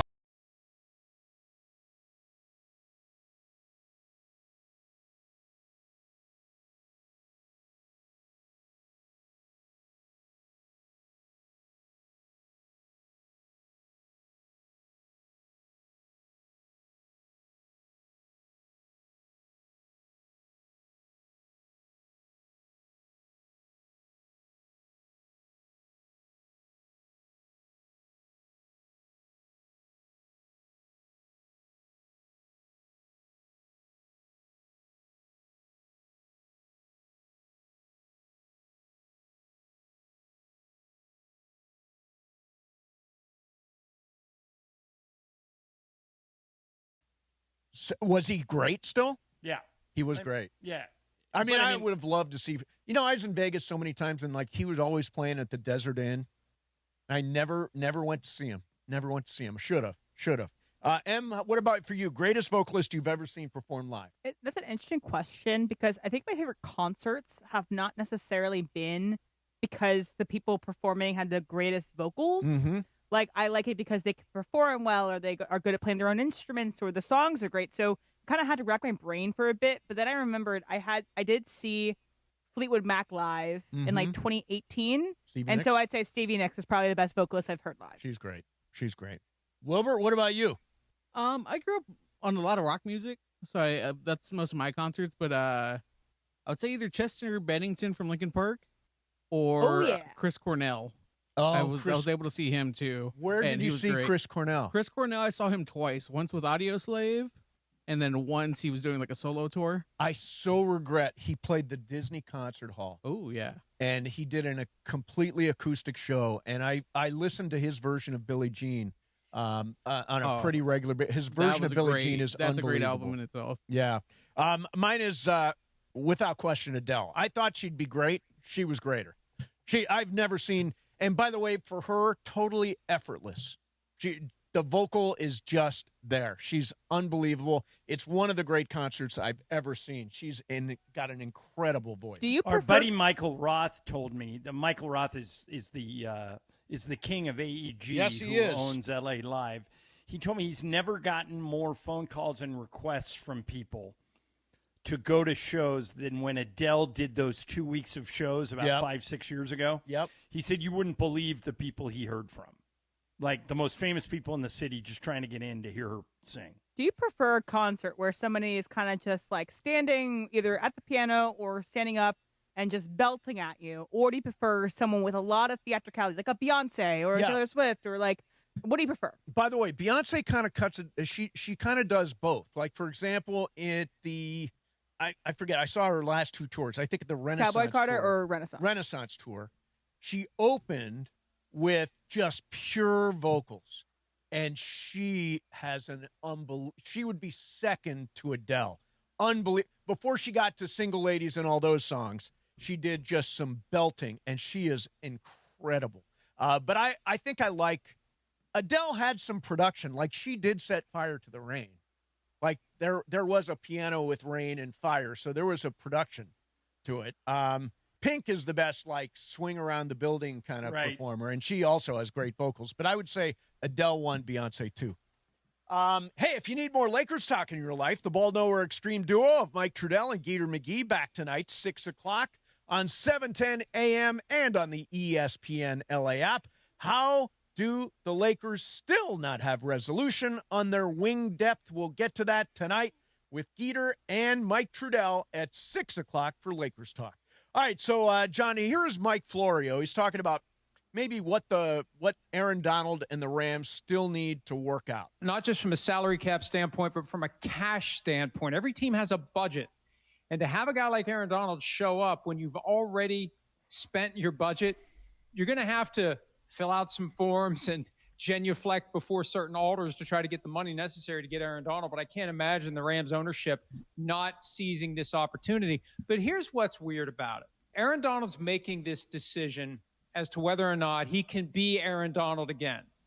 But unless he's hiring the equivalent of football sparring partners, he doesn't know how he's moving relative to everyone else. And Lawrence Taylor ultimately retired because he came off the field and said to Bill Parcells, man, these young guys are fast. And Parcells said, no, you slowed down. And that's when Lawrence Taylor decided that's that. Aaron Donald's not going to know whether he's slowed down until he's back out there practicing with the team, but he's going to make his decision before he's in that space to find out. Most people think that after this joint practice with the Cowboys, that as soon as Friday, the comeback could be made official. Yeah, and you're like me, right? You think it's happening. Oh, yeah. I mean, I don't know anybody that doesn't think it's happening. Like, we had all the Rams beat writers on the show when we were training. Everybody to a person was like, yeah, he's coming back. He wouldn't go through all this if he wasn't coming back. All right, coming up next for you, the brand-new stadium in Buffalo, and complaints about it already. And Zach Lowe thinks that the Lakers could be an interesting spot because of what they paid Walker Kessler. We'll do that coming up next. Mason, Ireland, 710 ESPN. Oh, I get to talk about Life Source Water here. If you listen to the show, you know that both Chris Morales and I upgraded to a Life Source Water whole house filtration system, and it's one of the best decisions I've ever made in my life. Life Source cleans and conditions the water from every tap in your house. So you're drinking, cooking, showering, and washing with healthier water every single day. Best of all, no salt, no regular maintenance, and no more worrying about harsh city water drying out your skin and everything else. That's why Morales and I suck from the tap and do a happy dance each and every day. Once I made the switch, I knew I was never going back. You can get it too. The Life Source Water California factory can be reached at 800-WATER-99, 800-WATER-99, or visit lifesourcewater.com. Life Source Water, taste and feel the difference. Warranty limitations apply. 800-WATER-99 or lifesourcewater.com. You never know what you're going to get when you wake up with Sedano and Cap. Let me tell you something. As someone who has been a champion of the audio media for 20 plus years, I feel like podcasting is now going down the route of social media where it's the greatest and worst invention of all time. Yeah, some people should not have a microphone. You should have a license. Some people do not need it. It's the morning show with Sedano and Cap. Weekdays starting at 7 a.m. on ESPN LA. Good Karma Brands is proud to be an equal opportunity employer, providing equal employment, development, and advancement opportunities to all teammates and applicants. To learn more about careers with us, please send an email to talentacquisition@goodkarmabrands.com. That's talentacquisition@goodkarmabrands.com. Hey guys, it's John Ireland. In all my years of covering sports, one thing is for certain. Great teams walk in with a playbook. So why face your family's future without one? Globe Life makes protecting the people you love simple. And with Globe Life, it's never been easier. You can apply for coverage online or with an agent in just minutes. No complicated strategy, just straightforward protection from a name you already trust. Get your free quote today at globelifeinsurance.com. That's the ease at which you get information. You want it, you get it. Like that. Ask your phone. Group chat. Smartphone. You're always connected and informed in real time. No waiting. So if you're diabetic and still using finger sticks to read your blood sugar, what are you waiting for? Knowing your blood sugar levels instantly is important for managing diabetes. Call US Med at 888-665-0696. To learn more about continuous glucose monitors, a real-time instant method to track your blood glucose, US Med is an approved provider for Medicare and over 1,000 private insurers. And the best part? Call 888-665-0696 and we'll give you a free insurance benefits check today. So call 888-665-0696 today. That's 888-665-0696 and manage your diabetes as easy as Steve Mason and John Ireland. First show on the radio, and it's all I listen to all day, and every day I can't wait to listen to you guys. That is so nice. So nice, you man. Mason and Ireland. These guys are a whole bunch of fools. Back to the guys.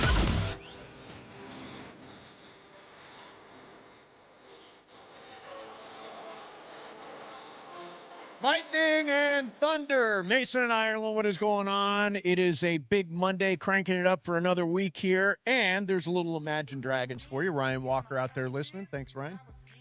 So, John, we sent you a video of a golfer who had a very interesting moment on the course. And you have had an issue over the years with people suspending games because of thunder and lightning and rain and stuff. Right. Now, did you look at this video? I'm looking at it right now. Okay, yeah, look at it right now, because this is Exhibit A on why you should not play any game in thunder and lightning.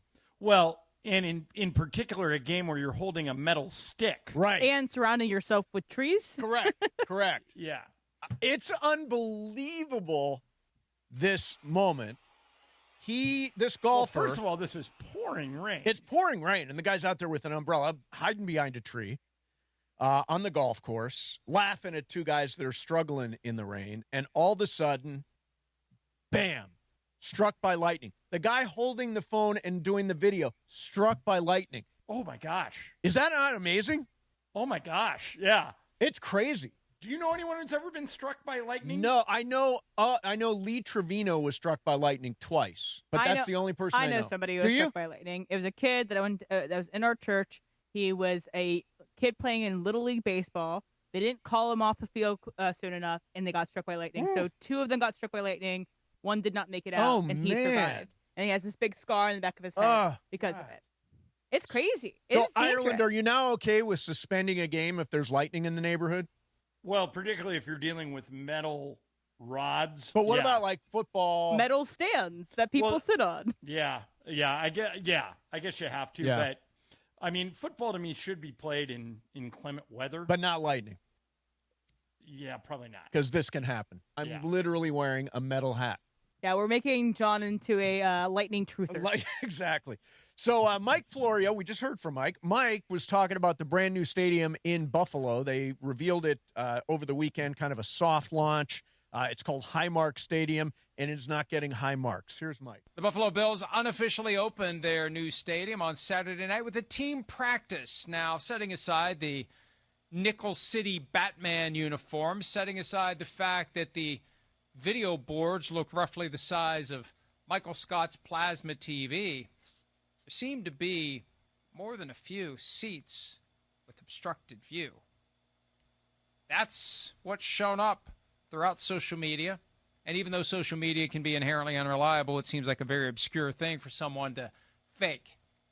If there are multiple obstructed view seats, and if the actual view that they got doesn't mesh with the view that they were shown when they purchased their PSLs, there will be an issue in Buffalo.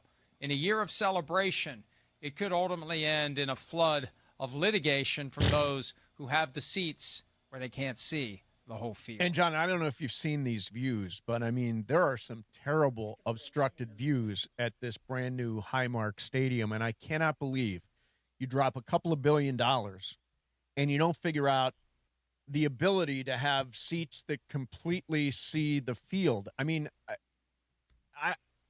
people inherently criticize anything new. In this case, I am a personal seat license holder at SoFi. If I had an obstructed view, I would not pay those. I wouldn't get that personal seat license. I would back out of it, and I think I would have legal recourse to do it. And he's suggesting that people may sit in their seats at the brand new stadium, say, wait a minute, I can't see the whole field, and then demand their money back, and I think they should get it back. I agree with you, and here's the thing I'm amazed by. This is a brand new stadium that they just built, right? Yep. How in the world can you have any obstructed view seats? What's the point in that? And, John, the other thing is, in the world of big scoreboards, they have got, he joked Michael Scott's plasma TV. They are literally really small video screens in a brand new stadium in an era where you are compared to SoFi and, Intuit's got a big circular thing, and all these stadiums have big, gigantic video boards, and these are like little postage stamps on the side of the stadium. Quick question about that, though. Yeah. Okay, so you go to all the Rams games? Yes. When you go to a Rams game, are you watching the play on the field, or are you watching the infinity board? Both. See, I think maybe there's a small benefit of you're going to be watching the play on the field, not necessarily the scoreboard the entire time that you're playing. Because I catch myself when I'm at SoFi only watching things on the video board, the big video board. Yeah, I have no problem with that. I don't mind switching up and looking up and looking down. I get my fantasy football scores up there on the big screen while the game is going, like everything. But John, if you look at these video boards, I mean, I think it's kind of embarrassing that you put this much money into a stadium, a brand new stadium for a heritage franchise, and you give them these little postage stamps video boards. It's amazing. Yeah, and how in the world did they screw that up? Yeah, crazy. $2 billion. And it does look a little old school still, It does look like, it feels like they're not totally going into this like new era. But they can't do those infinity boards because they don't have a roof. Yeah, no roof, right. So with no roof, you have to have a bit of a different kind of score. Cowboy Stadium's got a big, gigantic because they have board. a roof.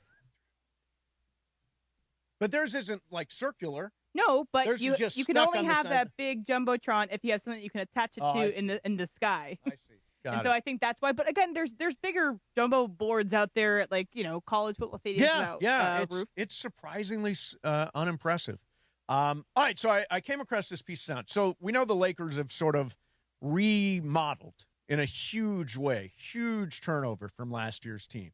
And among the play, Colin Sexton, Jaden Hardy, Cameron Carr, the guy they drafted, Quentin Grimes, Matisse Thybulle. We know all these names now. Walker Kessler is the key to the whole thing. He is the key to the whole thing for next year. Here's Zach Lowe on the Ringer podcast talking about Walker Kessler. I think it's self-explanatory, right? The Lakers paid him $130 million and traded 2 unprotected first-round picks to get him on their team.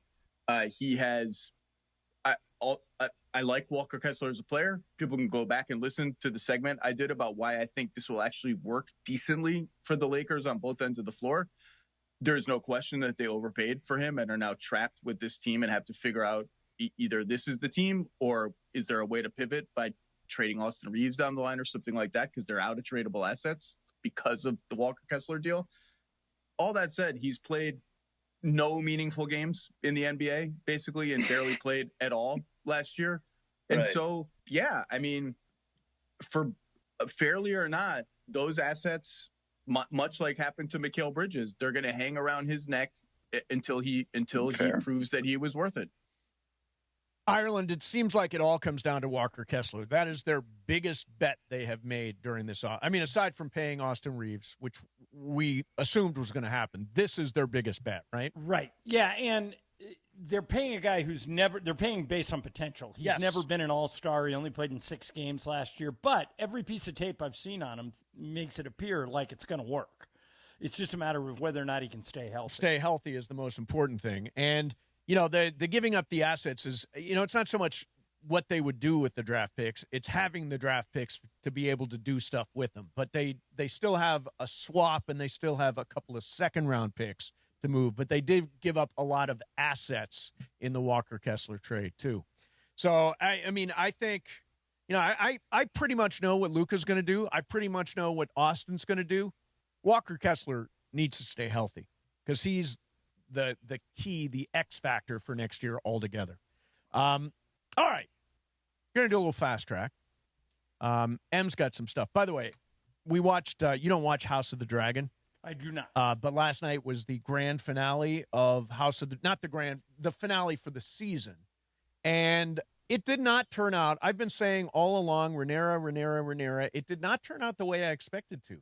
She's moving like Josh Allen in an important playoff game. Yes. She is choking away. Now, Ireland, I want to do something that M did on Friday that I said this during Before the Growl. Emily knows more about House of the Dragon than I know about anything. Okay?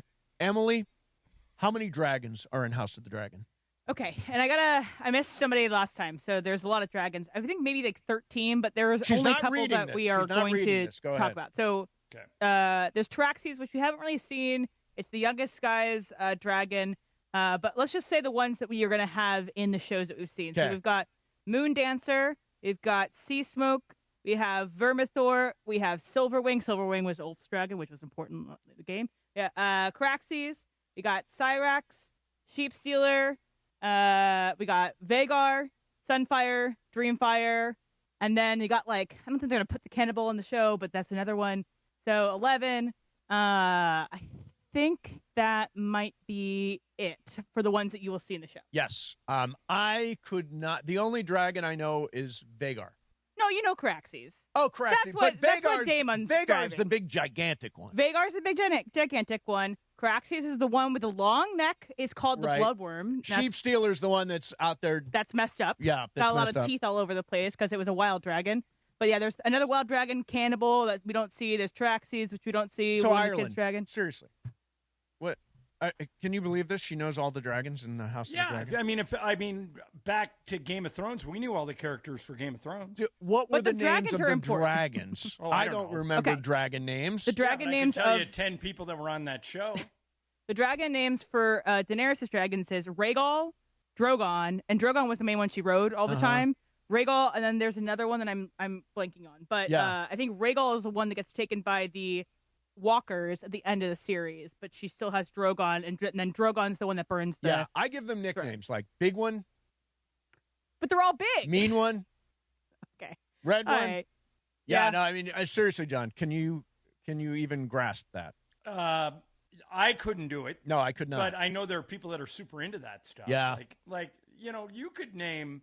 Like, there are people that will probably be blown away that you can name 40 people on the Rams roster. Yeah. No, yeah, that's true. That's true. Yeah, I mean, I guess we learn a lot in certain She'll listen to a 3-hour podcast about it now. When you're single and have no one else to talk to, you listen to a 3-hour podcast when you're doing work around. When you have no one else in your life like me, you learn all this dragon. There you go. All the dragons. Coming up next, we're going to do some fast track. Em's got stuff for us. Coming up next, Mason and Ireland, 710 ESPN. It's DeMarco Farr and Travis Rogers for your afternoon drive. Happy birthday to Glorilla. Yeah. Right. She's a rapper. Rapper. What's her hit? You know? Glorilla's a female. Yes. You sound like Mike Tyson. Shohei's a guy? Yeah.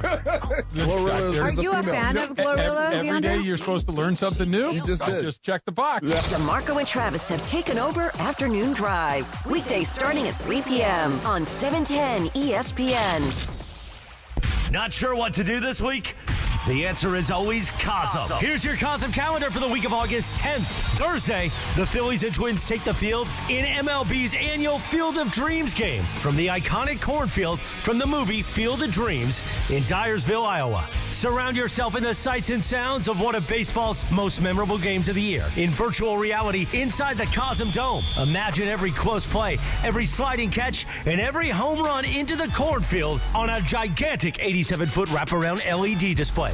Go to Cosm.com right now to lock in your seat for this and all the other big games coming up. And while you're there, don't forget your tickets for Willy Wonka and the Chocolate Factory or The Matrix or Harry Potter and the Sorcerer's Stone or Cirque du Soleil. In fact, why not lock in all four, Jack? Family night or a date night, and the food options at Cosm are amazing. And there's cocktails and ice-cold beer on every level at Cosm. There's also the Cosm Hall and the Cosm Deck. Cosm is your entertainment headquarters. Visit Cosm.com and secure your tickets this week. That's your Cosm calendar. Call Jacob. Hey, it's Mace. And I'm Ireland. And John, we are friends with Jacob and Ronnie, who is like the guy if you're involved in any kind of accident. So if you get in an accident, what's your first thought? Like, what do I do? Where should I go? Who should I talk to? This is easy. You just call Jacob. 800-345-6789. Yeah, I mean, the car's totaled. Who do you count on? The adjuster calls. Who do you count on? When you can't work, who do you count on? When your kid is hurt, who do you count on? Count on Jacob. Again, that number is 800-345-6789. Just put it in your phone. Once you got it in your phone, then you don't have to think if one of these things happens to you. You counted on Jacob, and it worked out great for you. Absolutely did. 800-345-6789. That's 800-345-6789. Accident or injury, call Jacob and Ronnie. Call Jacob 1-800-345-6789. Call Jacob. The home of USC football, and now the home of The Rich Eisen Show. Weekdays 9 a.m. to noon, KSPN Los Angeles, a Good Karma Brands radio station. And it is 2 p.m. in the Southland on the biggest show on the radio, Mason and Ireland. And it is time for Fast Track. Fast Track. The return of Fast Track, driven by our friends at Cerritos Auto Square. Why do more people buy their car at Cerritos Auto Square than from any other location in Southern California? Easy. With 24 dealerships side by side, car shoppers can find the right car at the right price at the right location. Cerritos Auto Square. Learn more at CerritosAutoSquare.com. Time for Fast Track. Down low is 350Q, 3.25 horsepower, 4-speed, 410 gears, 10 coats of competition orange, hand rubbed lacquer with a blue plain manifold, open race cams. Fast Track on Mason and Ireland. Time for Fast Track. Take it away, Mace. Zoom, zoom, man. Well, since you brought up House of the Dragon last segment, I'm just going to do one more thing. You don't have to know about House of the Dragon to understand this question. Okay. But for Targaryens, they have like kind of two big avenues they can have to be special. Mm-hmm. They could be dreamers, which means that they can see into the future. They dream things and things happen. It's how they escaped the doom of old Valyria and how they are surviving in Westeros. Or they could be dragon riders, or both. Yes. So that's the thing. So Helena is one of the characters in House of the Dragon, and she is a dreamer. Yep. So she can see into the future, into her future, into the future of others. And the big issue comes when, do you want to know your future? Do you want to know everything? So if you all got the chance to look into a crystal ball today and figure out everything that's going to happen the rest of your life, would you look into that crystal ball? John? What a great question. I think I would. I think as much as I would love to answer that I wouldn't, and I would just go by the roll of the dice, it'd be really advantageous to know how long you're going to live. Because then you could know how much money you could spend on stuff and, whether or not but then you know you're going to die. Right. Well, you are going to die. I hate to tell you. If you know the exact moment, the exact way, yeah, you've got to brace yourself. If you're going to die next year, wouldn't you want to know? No. I would. Surprise me. I'd quit all my jobs and do a bucket list thing. Surprise me, life. I don't know what's going to happen. That, to me, is the beauty of life, is the unexpected. And there's actually a book, I can't remember the name of the book, where 3 kids all get told their future by a fortune teller. And they live the rest of their lives knowing exactly when and how they're going to die. And it is a torture for them. I would not want to know. Em, would you want to know? I kind of understand where John's coming from, where it'd be hard to not know. It'd be hard to not. They gave you the choice. Yeah, really if given the option. I just feel like your life would be totally different, because then you'd be ruled by what you found out rather than ruled by whatever you want. Like, it's free will versus knowledge, and if it's not free will, where it's just preordained. But I don't know. I thought it's interesting. Yeah, it is an interesting. It's an interesting question. Yeah, dealing with in the show. By the way, that book is called "The Immortalists." Is the name of that book. Do you want to know the future, Wilbert? No, there's no need. Yeah, just I mean, whatever. I love a good surprise. Yeah, me too. What if you could find out one thing? I don't think it'd be like when you would die, but if you could find out one thing. How about the price of a stock? Okay. That would be a good thing to know. John, Ireland? what about you? Are the Lakers going to win the title this year? Okay. And Wilbert, what about you? Yeah, I'd agree with both of them, honestly. A stock or a team, good bet. Yeah, there you go. Stock or a team.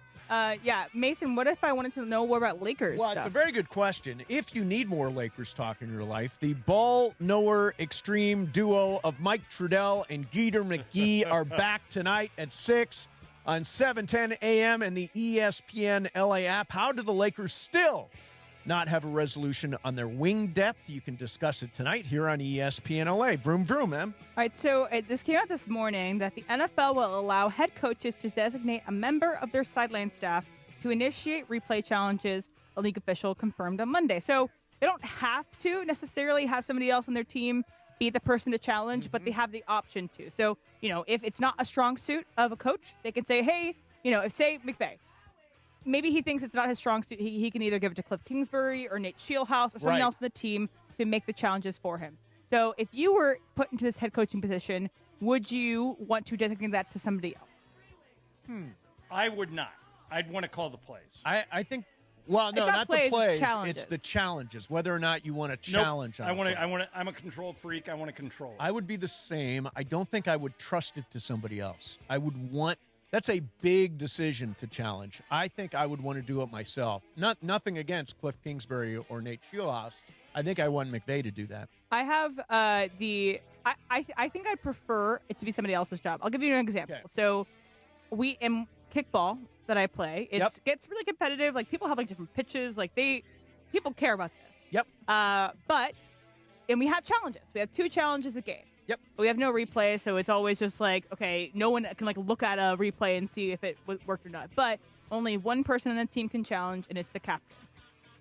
Sometimes I'm like, we should challenge that, but I'm like, it's actually nice that I'm not in control of that. I don't have to go and yell at the referee. I'm going to let someone else be in charge of this. Right. I think it's sometimes nice to put it to somebody else because he has so many things on his plate.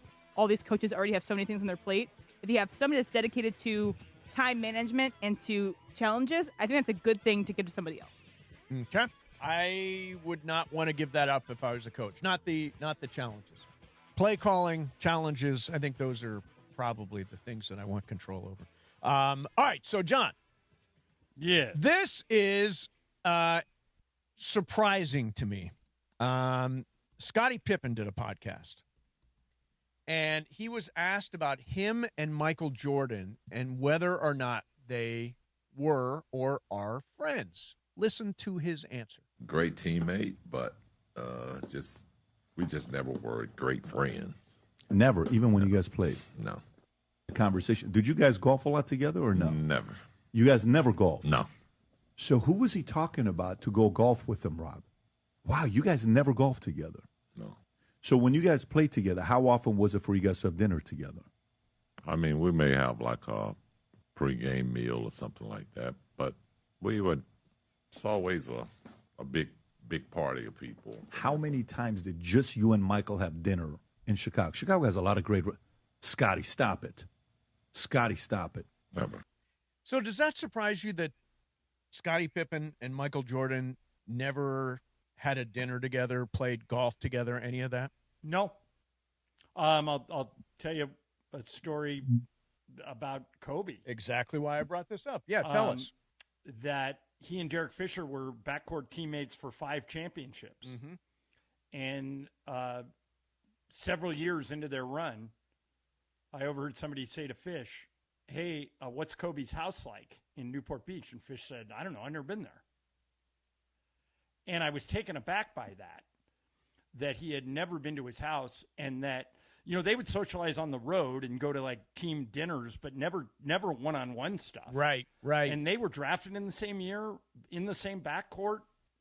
You know, they seemed to be perfect teammates together. They just weren't friends. Yeah, I mean, I think that's honest. I mean, you can be really successful working with someone who you're not friends with.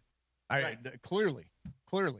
And a lot of times I think, like, for example, even our business, I won't say specific instances, but I know of situations where radio guys who work together don't actually like each other, aren't actually friends, all that kind of stuff. But they still, the shows work. Well, the famous thing about Mark and Brian was they never hung out together. Correct. Yes. And we had bosses that worked with them, and it's like it's tough to get them to go in the same place. Like, you and I don't socialize a lot, but we do occasionally. Yeah, we do occasionally. I mean, I know Juan, you know Lisa. I mean, it would be strange if we had You took me to the 800 Club in Manhattan Beach? Yeah, it'd be weird if we had no relationship at all off the air. Right. Well, I mean, didn't Bean move to Canada at one point? Yeah. I think he did the show from Canada. Yeah. Well, I mean, Mike and Mike. I think we know that's why Mike and that Mike ended. Exactly. Yeah. So it doesn't. No, to answer your question, it doesn't surprise me. Yeah. No, I mean that's that sound. I mean, it worked on the floor, but there's just no connection between the two. I wanted to mention this tonight when you're watching Tarik Skubal. You know what one of his most important pitches is the changeup. And there is a lot of science in this changeup. So I'm going to read this to you, and then you explain exactly what they mean I'll try. when they describe this changeup. Okay, so here it is. 2-seam circle grip. Aim is to master the effects of the seam-shifted wake, the aerodynamic force that describes how a baseball's seams influence the movement of a pitch. Skubal stopped trying to pronate or rotate his wrist to the left and instead let his arm naturally supinate to the right.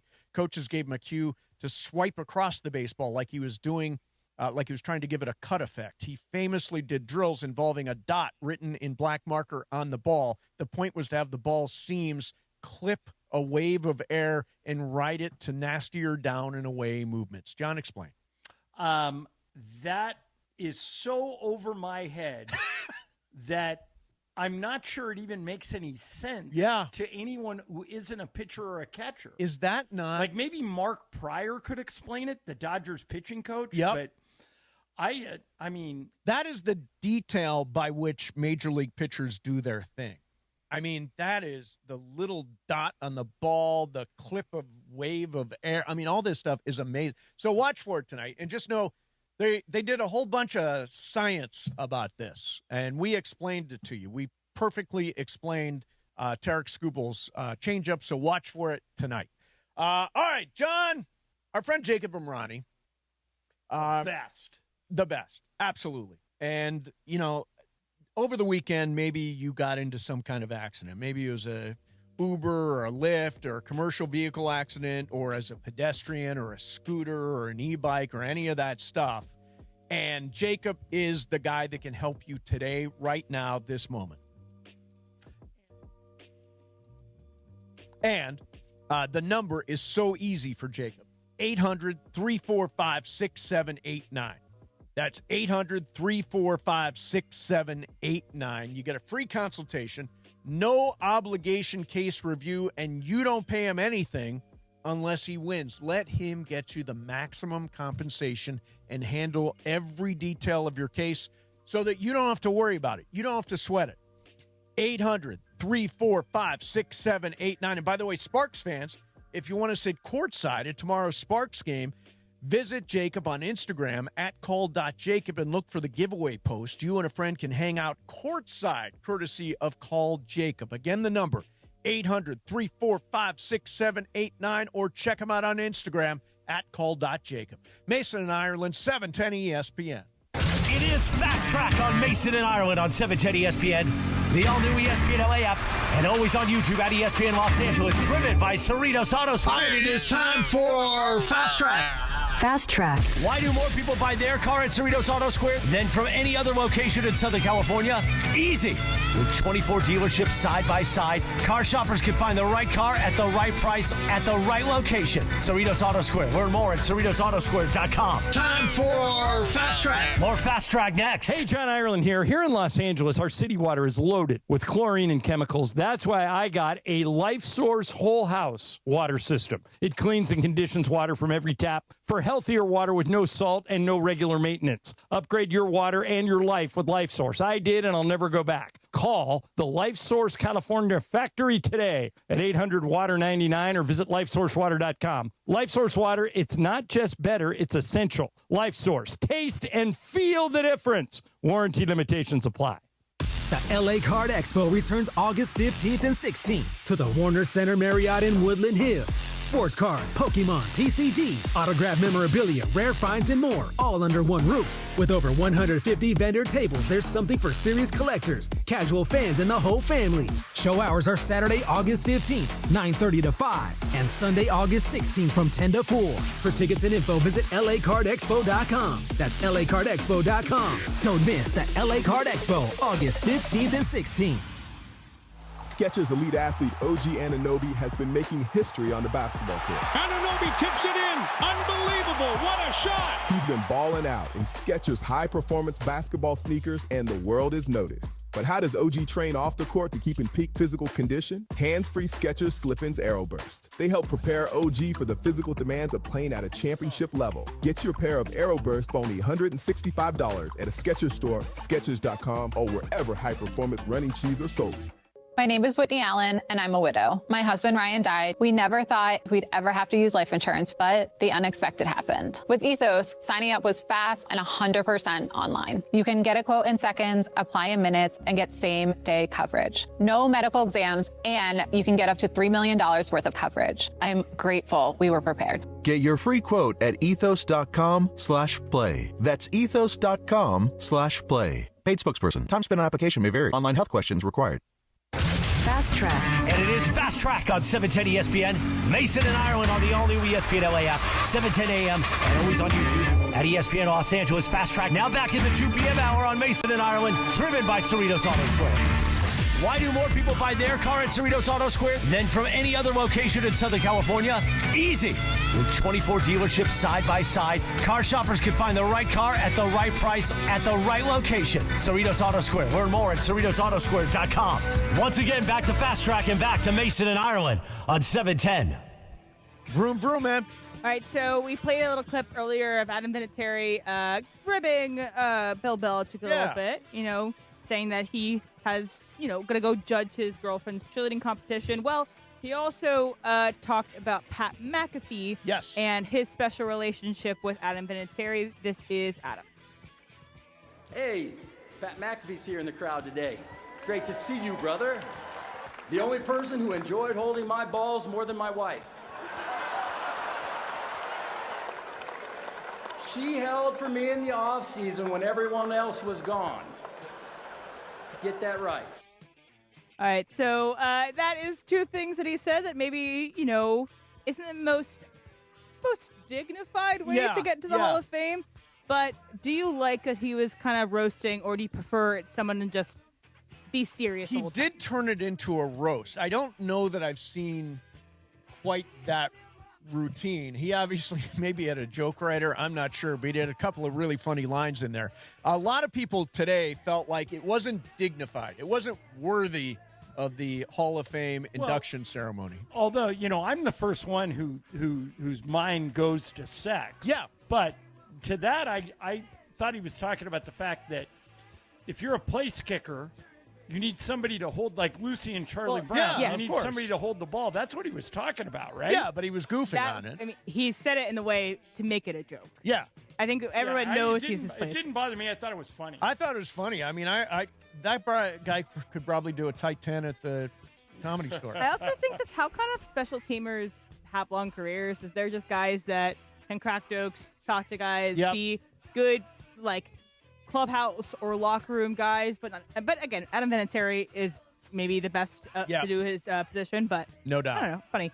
Yeah. Go ahead. Think you've got what it takes to take down Travis Rogers and Marcus Grant in fantasy football. Listen to DeMarco and Travis for your chance to qualify for the Morongo Fantasy Football Face-Off. Draft Live, Travis and Marcus this Thursday. Compete for weekly prizes. And if you're the last fan standing, you'll win 2 tickets to football's biggest championship game. It's all powered by Morongo Casino Resort and Spa. Good times. I could definitely take down Travis. I don't know about Marcus, though. Marcus I think, will be really difficult to take down in fantasy. All right, so my next fast track is a question that my friend posed to me. We were hanging out on Saturday at John's pool, and they asked, would you rather these 2 options? Live your entire life barefoot. Everything is barefoot, all time, everywhere, in any scenario. Or all time, anywhere, any scenario, you have to wear skinny jeans. That means in the shower, in bed, all time skinny jeans. So barefoot or skinny jeans? That's easy for me, barefoot. Because if you had to wear skinny jeans all the time, it would prohibit you from doing other activities. You know what I mean? I think we are so privileged being in Southern California that it doesn't have weather affecting whether or not we can wear bare feet. Because if we lived anywhere but here, we'd have to factor in winter. You go on the road, you're going to stomp around New York City Barclays barefoot? Center barefoot? They'd probably fire me. Yeah. But, I mean, I think skinny jeans is probably the way to go. Okay, so no sex ever? You could probably, we were saying you could have designed skinny jeans to have an option for that. Yeah, let's say that's not part of it. Well, then I would reconsider. Yeah. But, do you guys know who Tom Morello is, the guitarist from Rage Against the Machine? Rage Against the Machine, yeah. He's always in bare feet. I've never seen him wear shoes. I love barefoot. But, like, for example, yesterday I was over in Santa Monica. We got one of them resort pass things in Santa Monica. And, I mean, the pavement was super hot. You had to wear your flip-flops. You had to wear your slides or you're going to burn your feet. So there was a wide receiver for the Raiders, and I wish I could remember his name, because then he went to play for Buffalo, and he would never wear shoes except in games. I'll look it up. Was he? Do you remember position or anything like Mac Hollins? He's a wide receiver. Mac Hollins, wide receiver. Yeah, Mac Hollins. That's it. Mac Hollins was famous for going barefoot all the time, like on flights, when he walked into the stadium. He was working with a physical therapist, I think in Australia. Yes. That said, hey, whenever possible, don't wear shoes. So the only time he wore shoes was in games and practice. Other than that, he was always barefoot. Yeah. I think Michael Thompson would probably do the skinny jeans just because he doesn't even walk barefoot in the hotel, right, John? No, he does not. He says that the hotel rooms are gross, and he puts towels down. Although skinny jeans are 100% out now, right? Yeah, people don't wear skinny jeans. Yeah, they are uncomfortable. I have a pair of skinny jeans. They never made anybody look good. No, never. Also, men should have never worn skinny jeans. Never worn skinny jeans. Men, that was a curse on society. Ireland, did you ever wear skinny jeans? No. I hate them. I got me a pair of skinny jeans. Warm. No, I don't even warm like. A couple of times. I don't even like slim fit shirts or suits. I like regular. Yeah, because it doesn't really flatter people. It's not really flattering to wear slim fit or skinny jeans. Classic fit is code for me for more comfortable. So let me ask you, John. We are doing our big golf tournament in a few weeks, and we were asked for our sizes for our Sunday swagger shirts. What size did you go with? XL. See, last year I was an L. This year I'm an XL. I'm so frustrated. No. XL is so if I actually ever play golf, roomy. My arms have room to move. Right. Yeah. Yeah. I mean, I this is the year I picked up weight. This has not been a good year for me. weight-wise. I'm up there. Wait a minute. I thought you were all back in the gym and svelte. No, I had a chair injury last week, and it has really slowed me down. And now you're going to Europe, and you're going to pack on a few there. Exactly. All right, so I want to do this, John. The Rams are opening their season in Melbourne, Australia. Yeah, I hate that, but go ahead. Okay, and Sean McVay also is tired of discussing how they're going to handle it, apparently, in general terms. The Rams are going to fly there, fly back almost right away. San Francisco is going to get there, acclimate, and play. Who do you think has the right recipe? Rams. You think? They did this last year. Where was London. the game last year? London. In London? Yep. And I think they won something like 31-0. What I don't like about this is you're sending our best players halfway across the world in a year where the Rams are favored to win the Super Bowl. And as somebody who travels with a professional sports team, I can tell you that travel wears on you after a while. So I think Sean's being smart to get in and get out. Yeah, I agree. And try to somehow keep the clock, I guess, is the thing. Like, for example, I'm trying to decide when I should, when I go to Europe, I'm trying to figure out when to sleep. Like, do you sleep right away? What time of day is your flight? It's at 4 p.m. And are you going direct? Going to Frankfurt. You go LAX to Barcelona? Frankfurt. And then it's 10 and a half hours. Do you spend the night in Frankfurt? No, you get there about 4 o'clock in the afternoon, then maybe you get to Barcelona by 6 or 7 on Thursday night. Yeah, stay up. Stay awake for the whole flight? The whole flight. Yeah, that's what I did when I went to Italy. And then when you get there, and we got there, and it was about that time. It was about 5 in the evening, and we just powered through, and we went to bed at around 9:30 and woke up the next day, and we were on the right clock. Yeah. Yeah, I think it really puts the Rams at a huge disadvantage flying around the world and going to one of these games. Yeah, the only thing I feel good about is that the Niners have to do it too. Right, and the Niners have less rest because the Rams are going to play on the Monday the following week. The Niners have to play on the Sunday the following week. Yeah. That's a disadvantage. And by the way, the loser, it's just brutal because you go all the way over there and you lose. And you're 0-1 in the division, 0-1 on the season, and then you got to fly all the way back and just resume your season. Yeah. Which is reason number 1,000 why, if they want to grow the game and have international games, make the preseason games international. Don't do regular season. Those people in Australia don't care if the game is regular season or preseason. They just want to watch football. Have them go in August. But that's still a disadvantage to go in August. No. But think about what Sean does. No, but Matthew Stafford, Myles Garrett, Puka Nacua, Kyron Williams, right. None of them would even go. I agree with John. I think that sending a very, very important game halfway across the world is a terrible idea because it's so little. The season is so short. Yep. There are so few games that every game matters immensely. So when you say, for example, when the Dodgers went to play in Asia, it's like 3 games out of 162. It's a much smaller period than the entire year. But we also saw how that affected everything. We see EPL. Well, it's especially having your season opener be an international game. I would somehow. Don't you think that's better than having it in the middle of the season? No, because if you do it in the middle of the season, you can put a bye in.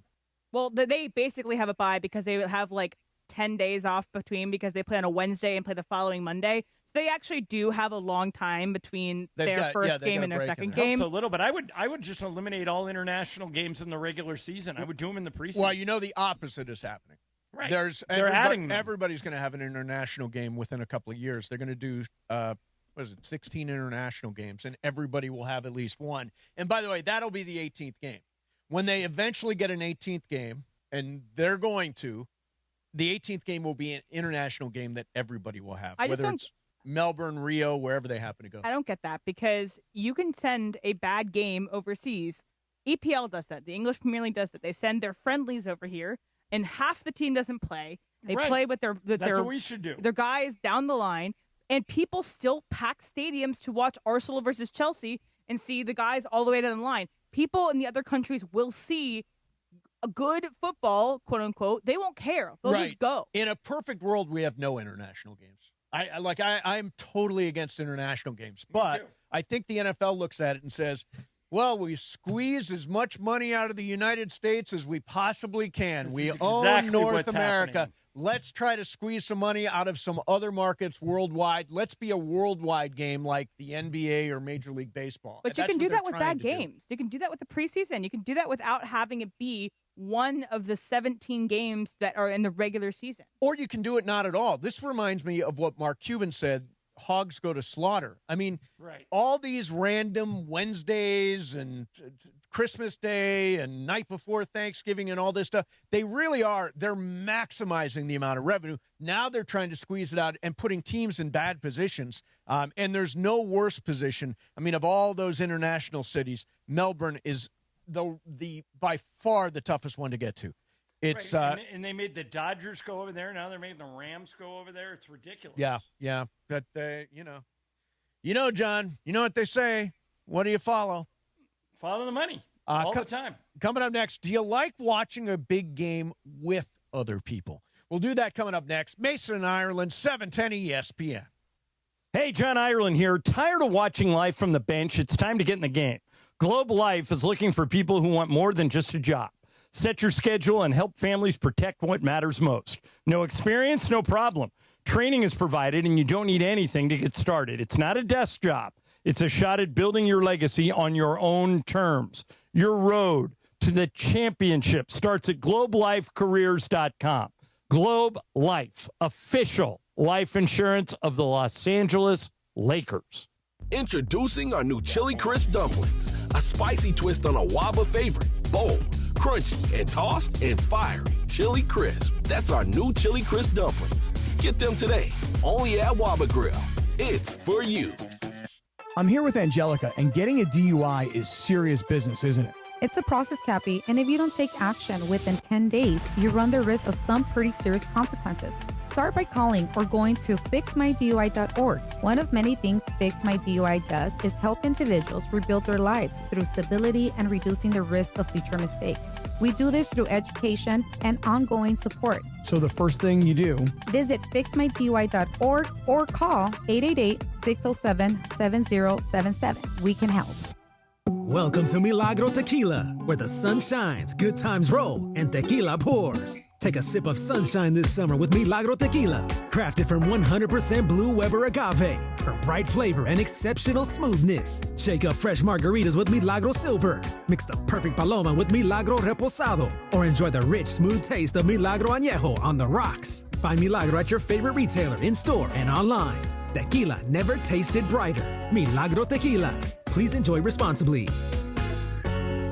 Harry Douglas here to help you ignite your taste buds with Firework Freeze 5-Hour Energy Shots. Juicy cherry, citrus lime, and blue raspberry. It's that iconic freezer pop flavor, but with none of that guilty sugar aftermath. The perfect summer kick. It's delicious, portable, zero sugar energy shot bursting with flavor. Bring on the summer with Firework Freeze 5-Hour Energy Shots, available online at 5hourenergy.com and on Amazon. If Twisted Tea Hard Iced Tea was your best friend, it would be the kind of friend that starts an impromptu dance party in the supermarket aisle that turns into an all-day pool party rager at your place, and you don't even own a pool. Twisted Tea Hard Iced Tea turns any day into a legendary adventure. It's smooth and refreshing real iced tea with just the right kick of alcohol. Twisted Tea Hard Iced Tea. Keep it twisted. Twisted Tea Brewing Company, Cincinnati, Ohio. Please drink responsibly. And it is Mason and Ireland, the OGs of LA Sports Radio. Like, that's the problem in the world, is there aren't enough happy shows, fun shows. Mason and Ireland. 710 ESPN. I'm excited to see Tarik Skubal on the mound for the Dodgers. Let's turn things around here. Lost 8 of 9, and time to clean that up with Skubal tonight and Blake Snell tomorrow. You know what I think? I think he's going to have 18 strikeouts. 18 strikeouts. Said. Yeah, that's She right. said 18. She said 18. The Kate who won the 50-50 drawing 3 years in a row on her birthday, says the magic number is 18 for this week. So use it everywhere, anywhere you can. John, I want to play you a piece of sound, and then I want to ask you a specific question about it. Okay. This is John Hamm. I think this was on Howard Stern. I got to meet Tom Cruise for the first time at Jimmy Kimmel's house. Nice. To watch on a Sunday to watch football.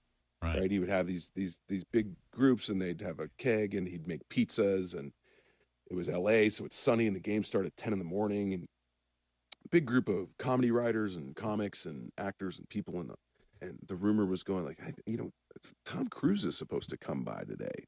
And we're like, no, he's not. What are you talking about? That's like saying Santa Claus is coming. Like, there's no way that is, and you're an idiot if you believe that. And Jimmy famously is a very big prankster.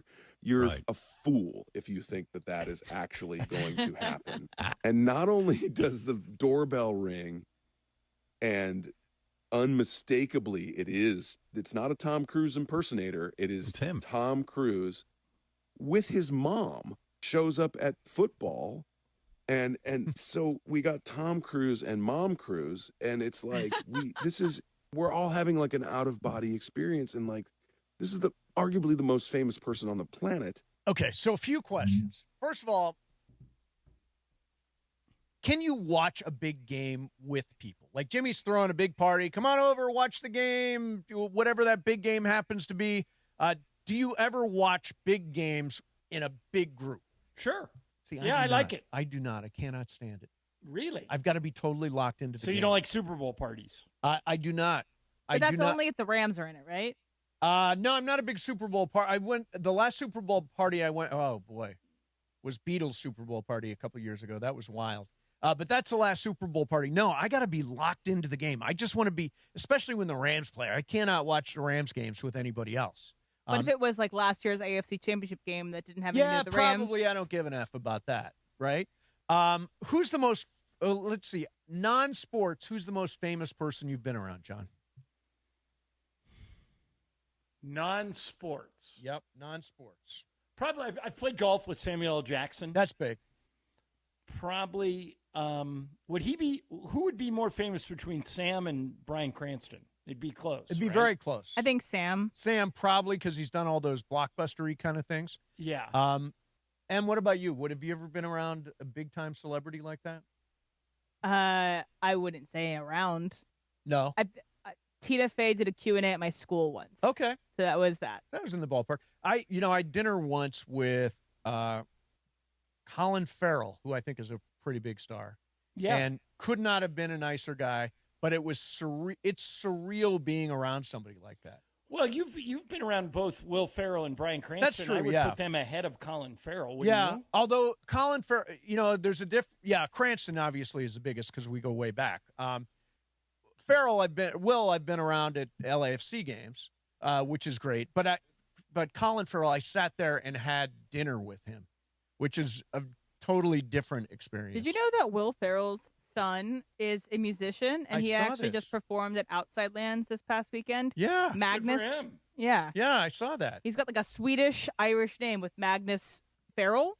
Yeah, I like that. It sounds Irish. I saw my friend Alex Michelson at CNN did a story where he interviewed William Shatner, and apparently William Shatner, Will Shat? Yep, is 95 years old now, and is playing in a heavy metal band, and it's going to play next year at Coachella.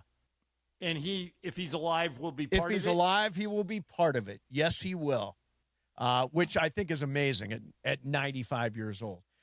We talk a lot about Major League Baseball, and, of course, the Dodgers, people say they've broke baseball, which is just ridiculous. Anthony Rizzo has something to say about the competitive balance in Major League Baseball. There's a lot of noise right now. There's a lot of he said, she said. I think it's a big bargaining point for Major League Baseball to get it out there and saying the fans want more competitive play. But in my opinion, it's the most competitive the league's ever been. And obviously what the Dodgers are doing is amazing, and they keep on keeping on, which is great. It's good for them. It's good for their franchise, but every team can do it, honestly. I mean, when you win, this is what you can do. When you keep winning, you can keep affording to buy the best players and get the best players. So hopefully for my own fandom, the Dodgers don't win the World Series this year. I'd like the Cubs or Yankees to win it, but I think the game's in a great spot, and it would be a shame next year if we did go into an extended strike or lockout. I actually agree on this point. As we're in the middle of this Dodgers tailspin, let's be honest, they've lost 8 out of 9 and they're struggling. You cannot buy a championship. You can buy a lot of really good players, sign a lot of really good players, but you cannot buy a championship. Just because you make Kyle Tucker the number 1 or number 2 highest paid player in the game doesn't mean it's going to pay off. No, matter of fact, only 4. Emily, what was that? 4 you teams. said 4 out of the last 20 Super Bowl favorites went on to win. Yep. So 20%. There's an 80% chance the Rams won't win. Yes, correct. And just because you sign same with the Dodgers, by the way. Yeah, just because you sign all these guys doesn't necessarily mean, as John, you said, you're hot at the right time. You go back to 88, the Dodgers were not the hot team going into the postseason. They became hot and ultimately beat the favored Mets and beat the favored A's. But that was not they were not unbelievably successful during the regular season. I think they won 90 games, maybe even 88 games. I'm not sure how many. How many did the Dodgers win? I think 88. In 1988? 1988, yeah. Maybe 87. I'll look it up. Yeah, I mean, it's always unexpected to see who wins. And again, the odds are against the Dodgers. The odds are against everybody getting hot at the right time. But the odds are better than they are for any other team. I think that's the bottom line. Right, but and we're still going to have a lockout. Oh, actually, they won 94 games in 94 games. Okay. The Mets were favored and the A's were favored. Yep. And they won both those series. I think that, in the end, the Dodgers, the theory that everybody let the Dodgers get Tarik Skubal so that it would look even worse and owners would have a chance to argue that case too at the bargaining table, I think is ridiculous. Have you heard that theory? Oh, of course. It's stupid. Anybody could add Tarik Skubal for $8 million. Anybody. Right. Well, that's why it's more of a conspiracy that if anybody could have, they didn't. And they all wanted Dodgers to get him. Okay, but why would what's the incentive for the Tigers to not try to get the best package of prospects they could get? Salary cap. Get that into baseball. Hamper the Dodgers. And get Skubal right back. Because he said, because maybe they knew that they get Skubal in this offseason. And so, hey, get a couple prospects, and then Skubal will be right back with us. Right. Maybe it goes back to Detroit for less money. I don't know. Because the Dodgers could obviously pay him the most. And it all is to be determined. I mean, let's see how Skubal pitches. He's on the mound tonight. Let's see how he pitches in the postseason. And I think then you make a determination. It could be that he goes back to Detroit and on a lesser deal. If his heart is really set on that. I have a feeling that once he gets into the Dodger program, the Dodger system, this Dodgers organization, he's going to say, no, this is where I want to be. But we'll wait and see. None of this guarantees anything. Last year, if Justin Dean doesn't leave that ball stuck under the fence, the Dodgers don't win the World Series. Or if Andy Paez doesn't climb over Kike Hernandez, if Miguel Rojas doesn't throw a strike if to Will Smith doesn't touch home plate. Doesn't double tap home plate. Yep. If Yamamoto doesn't have a rubber arm, there are about 10 instances where that could have gone the other way. Absolutely. And as I say all the time, Toronto outplayed the Dodgers, but the Dodgers won the series. And the most unpredictable thing was in Game 7, in the 9th inning, down by 1, Miguel Rojas, who had not hit a home run off of a right-handed pitcher all year, hit a home run. Yeah, it was crazy. It was one of my I would say I was at Cosm that game. And I think we all lost our minds when Rojas hit that home run. I thought we were dead. I thought it was over. I thought we had lost. I remember saying, God, Rojas, just get on so we can get Ohtani up there. And Rojas just yanks that ball. It was one of the great moments in Dodgers history, no question. All right, Game of Games is coming up next for you. John, it is my game today, and it is a fantasy football game. Okay. We'll do that coming up next. Mason and Ireland, 710 ESPN. In Southern California, it's not just about what you drive, it's about what you're part of, and that's why Toyota has become such a meaningful part of our community. From local events and neighborhood celebrations to supporting the teams we all rally around, Toyota continues to show up where Southern Californians live, work, and play. I've talked many, many times how they are the official vehicle of the Lakers. Toyota and the Lakers have been partners for more than 50 years, connecting with fans who bring passion, pride, and championship spirit every single season. So, whether you're heading to the game, taking the family on your next adventure, or just enjoying everything SoCal has to offer, Toyota is there for the journey. If you want to see where Toyota SoCal is showing up next, follow at Toyota SoCal and stay connected to all the people, places, and moments that make Southern California unlike anywhere else. Toyota, we make it easy. You never know what you're going to get when you wake up with Sedano and Cap. Let Luka be Luka, bro. Let him lead in his way. And these offseason things are cool. And, and his relationship with Austin is great. I honestly think Austin should be the guy. Why does this have to be put on Luka? Not every guy who's the best player on the team has to be the quote-unquote leader. That's my point. It's the morning show with Sedano and Cap. Weekdays starting at 7 a.m. on ESPN LA. In sports, you got to have the right team in your corner. Same goes for after an accident. That's why when people ask me who to call, I say it's easy. I tell them to call my guy. I got a guy. Attorney Big Al. Big Al's been helping accident victims across California for more than 15 years. He's an LA native, a huge sports fan. Wait till you hear him go. And he knows that after a crash, things get overwhelming fast. Between dealing with insurance companies trying to rip you off, trying to get your car fixed, trying to find the right doctors if you're hurt, it can be a lot. It can turn your whole world upside down. That's where Big Al and his team will step in for you. So lock this number in your phone. 1-800-HURT-123. 1-800-HURT-123. They'll help guide you through the process, protect your rights, and help you understand what you may be entitled to. And here's the biggest thing. Don't let the insurance company call the plays. Call 1-800-HURT-123 or visit attorneybigalca.com. Attorney Big Al's attorney Ken Klein, based in Los Angeles. Progressive presents the Passionate Sports Fan Checklist. Signed jersey of your favorite bench warmer? Check. 14 bobbleheads that look nothing like the players they're emulating? Check. Twin TVs so you can watch the game on 2 different networks simultaneously? Check. Life-size wall sticker of your favorite player that routinely freaks you out at night? Check. A second life-size wall sticker so after the first one freaks you out, you see the second and you're like, oh right, the wall stickers. Check and mate. Bundle your renters and auto insurance with Progressive and save on protection for the things on your checklist. Get a quote at Progressive.com. Progressive Casualty Insurance Company affiliates and third-party insurers not available in all states or situations covered subject to policy terms. In a world parched for excitement, one drink will emerge. Twisted Tea, the refreshing thrill ride of flavor. Recreating its classic role as the hard iced tea that goes down smooth.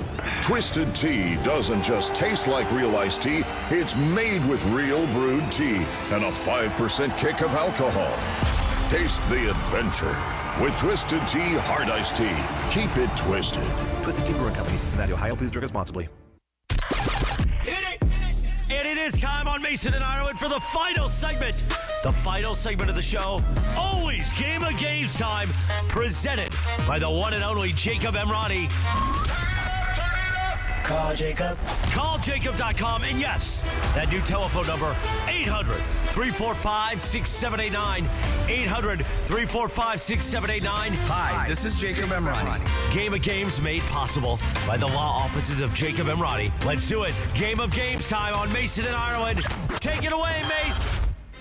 All right, here we go. It is Game of Games time, and we are joined by our marketing facilitator. Whenever you need marketing facilitated, Josh Martinez is here and on the job. Josh, what's going on, man? Nothing much. Have you played Game of Games before? I think I have one time in the past, and then last week on Lakers Talk, I played one of Funchy's games. Oh, okay, good. All right, so we got 4 players. We got Josh, Ireland, Wilbert, and Emily. The game is fantasy football related, and it is multiple choice. So here we go. According to ESPN, who had more fantasy points last season, PPR? Jahmyr Gibbs, Bijan Robinson, or Jonathan Taylor? Gibbs, Robinson, Taylor. What do you think, Josh? I'm going to go Robinson. Ireland. Robinson. I'm with Robinson. Josh. Wilbert. Robinson. And M. 4 for 4. 4 for 4, and that is the correct answer. Yeah, he was. He led those three guys, although it was really close. Really close. Because everybody's saying that's the pick again this year. Yeah, seems like. All right, number 2. How many Americans play fantasy football? Is it A, 50.4 million, B, 65.4 million, or C, 77.4 million? So it's basically 50, 65, or 77. Ireland, what do you think? I'll go 50. 50. Wilbert. I'm going to go 77. 77. Emily. 65. 65. Josh. I'm going 50. 50 is the correct answer. Yeah, I tried to throw everybody off there. That is a lot of people. 50.4 million playing fantasy football. Any of those would have been a lot of people. Absolutely. According to ESPN, who had more fantasy points last season? Again, PPR. Is it Caleb Williams, Trevor Lawrence, or Dak Prescott? Who had the most fantasy points last year? We start with Wilbert. I'm going to go with Dak. Going with Dak. Emily. Caleb. Josh. Caleb. Ireland. I'll go Lawrence. Lawrence is the correct answer. Yes, Lawrence. It's very close. Lawrence, 338. They were really good last year. Would they win like 12 games, 13 games? A little Liam Cohen magic there. All right, so Ireland 3, Josh 2, Wilbert, Emily 1 apiece. Number 4, according to the Fantasy Sports and Gaming Association, what percentage of fantasy football players are women? Is it 15%, 20%, or 25%? Em? 20. Says 20. Josh? 20. 20. Ireland? What were the other choices? 15%, 20%, or 25%? I'll go 25. 25. And Wilbert? I'll go 25. 25. The correct answer is 20%. That means Ireland's got a 3. No, I missed it. Yeah, Josh and Ireland now tied 3-3. Emily's got 2. Wilbert has 1. Number 5. How many quarterbacks finished in the top 10 for most overall fantasy points last year, according to ESPN? How many quarterbacks? Was it 2, 3, or 4? We are back to Josh on this one. How many quarterbacks finished in the top 10 in fantasy points? Let's go 3. 3. Ireland. What was the biggest number? 4. I'll go 4. 4. Wilbert. I'll go 4. 4. And M. 2. Correct answer is 4. Yeah, the 4 that showed up in the top 10. Josh Allen, Drake May, Matthew Stafford, and Trevor Lawrence. Who else got that besides me? I did. There you go. Will did? Yeah, I've got Ireland 4, Josh 3, Wilbur 2, M 2. Sound right? Yeah. Okay. Number 6. Bill Wickenbach and Bill Tunnell are credited for creating fantasy football in 1962. What NFL team did they work for? Was it the Oakland Raiders, the Baltimore Colts, or the Detroit Lions? And why don't we go to our leader here, John Ireland. Raiders, Colts, or Lions, what team did those guys work for that created fantasy football? I'll go Colts. Colts. Josh? I'll go Lions. Lions. Wilbert? I will go Colts. Colts. And M? Lions. Correct answer. It's the Raiders. Whoa. Yeah, those two guys worked for the Raiders when they created fantasy football. They were headed toward all missed it? Yeah, they were headed toward a 1-13 season when minority owner Bill Wickenbach and PR director Bill Tunnell devised the game during a road trip. So I've got Ireland 4, Josh 3, Wilbert 2, Emily 2. Let's do a follow-up to that. What did those two guys from the Raiders call their very first fantasy football league? Was it the Pirates Booty League, the Greater Oakland Professional Pigskin Prognosticators League, or the Oakland Football Stat League? Ireland, what do you think? What did they call that very first league? The second one, read the second one again. The Greater Oakland Professional Pigskin Prognosticators League. It sounds like you couldn't have made that up. I'll take that one. That one. It's Josh? too long. I'll go with that one as well. That one. Wilbert? I'll go with the B. B and M. C. The correct answer is B. John, you were absolutely right. The Greater Oakland Professional Pigskin Prognosticators League was, in fact, the name of that very first fantasy football league. So everyone got that except Emily? Except Emily. So I think with 2 questions be left. I'm out. Yeah, with 2 questions left, that's See ya. it for M. Sorry, Em. Wilbert, you're still alive, but you got to go different. You got to go opposite of me, Will. Yep. Gotcha. Number 8. Who scored more fantasy points last season, PPR format, according to ESPN? Jackson Dart, Sam Darnold, or Jordan Love? Ireland. Dart, Darnold, or Love, who had the most fantasy points last year? Okay. I'm going to go Darnold. Darnold. Josh. I'm going to go Dart. Dart. That Wilbert. means, Will, you got to go either Dart or Love. I'll go Love. The correct answer is Jackson Dart. Whoa! Yeah. 241 fantasy points. Sam Darnold, 235. Jordan Love also 235 I never points. would have guessed Dart. I would have put him third. He's got that scramble ability that adds up in fantasy, too. All right, so we got Ireland 5, Josh 5. Wilbert, you're out. 1 question left. Ooh. This is for everything. Who scored more fantasy points last year, PPR format? Was it Ashton Genty, Derrick Henry, or Chase Brown? Genty, Henry, or Brown, who had the most fantasy points last year? We'll start with Josh here. Man, that's tough. Let's go Henry. Henry. Ireland? I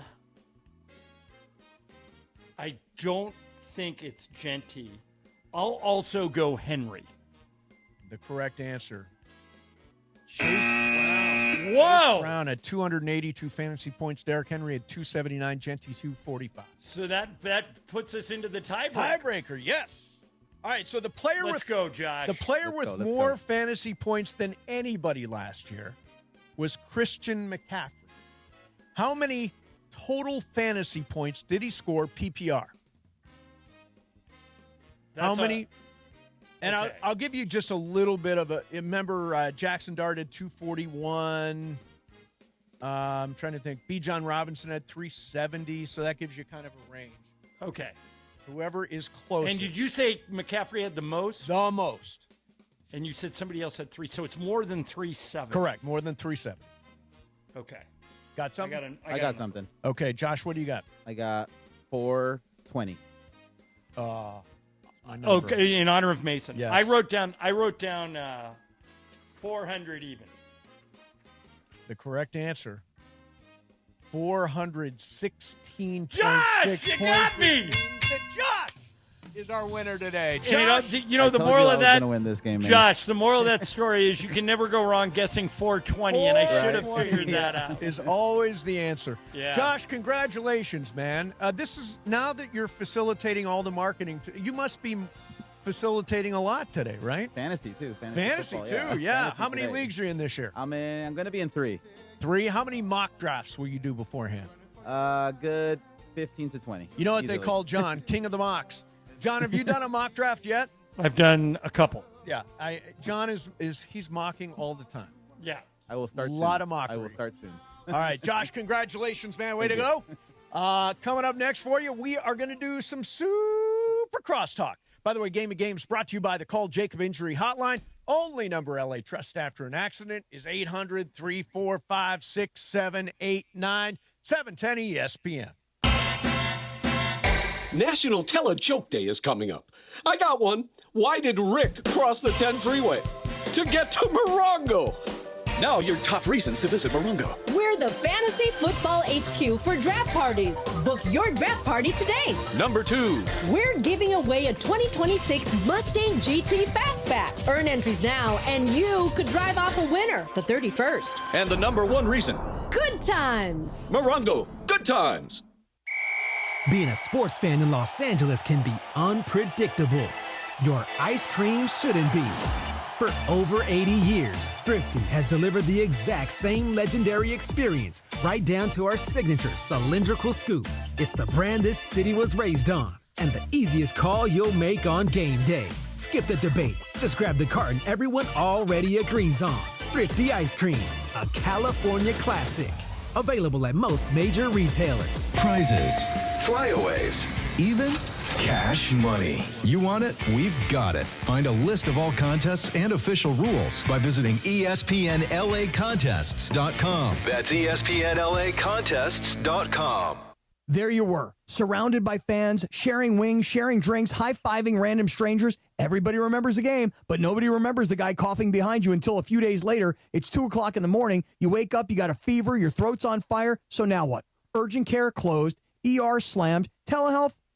Maybe, but the pharmacy's closed. You need a medical emergency kit. These are not first aid kits, everybody. They contain essential prescriptions used for over 30 common conditions, sinus and ear infections, UTIs, stomach bugs, traveler's diarrhea, and more.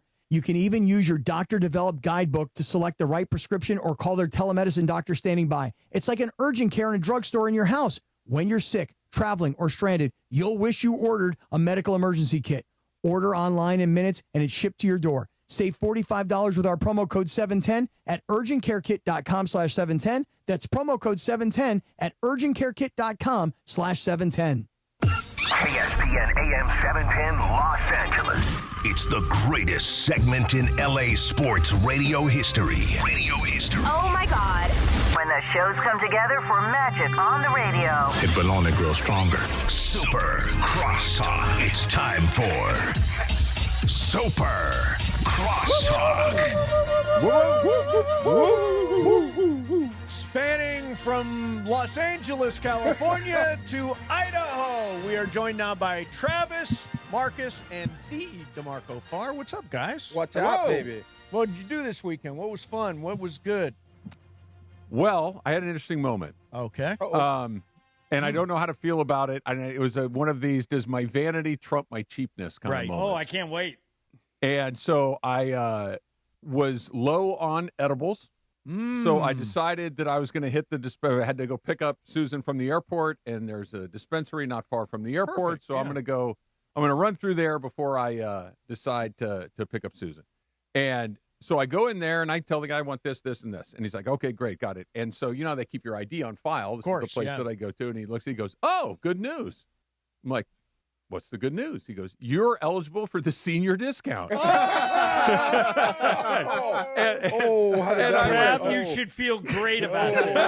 As someone who's been milking that discount for years, don't fight it, just take it. I did, and I said, oh, wow, I don't know how to feel about that. He goes, 15%. I'm like, I feel great about it. 15%? Yeah, 15% off. I never play that angle. Yeah, I should. I didn't play it. He just looked at the ID. Looked at your ID. Oh. Yeah. I should probably buy senior tickets at the movie theater. No, I don't need to. I have the Stubbs Club, so I don't have to do it. I actually did that. I bought my tickets online. I was like, let me just try it. So I bought the senior ticket, and when the guy scanned it, he looked at me, and he kind of looked at me sideways.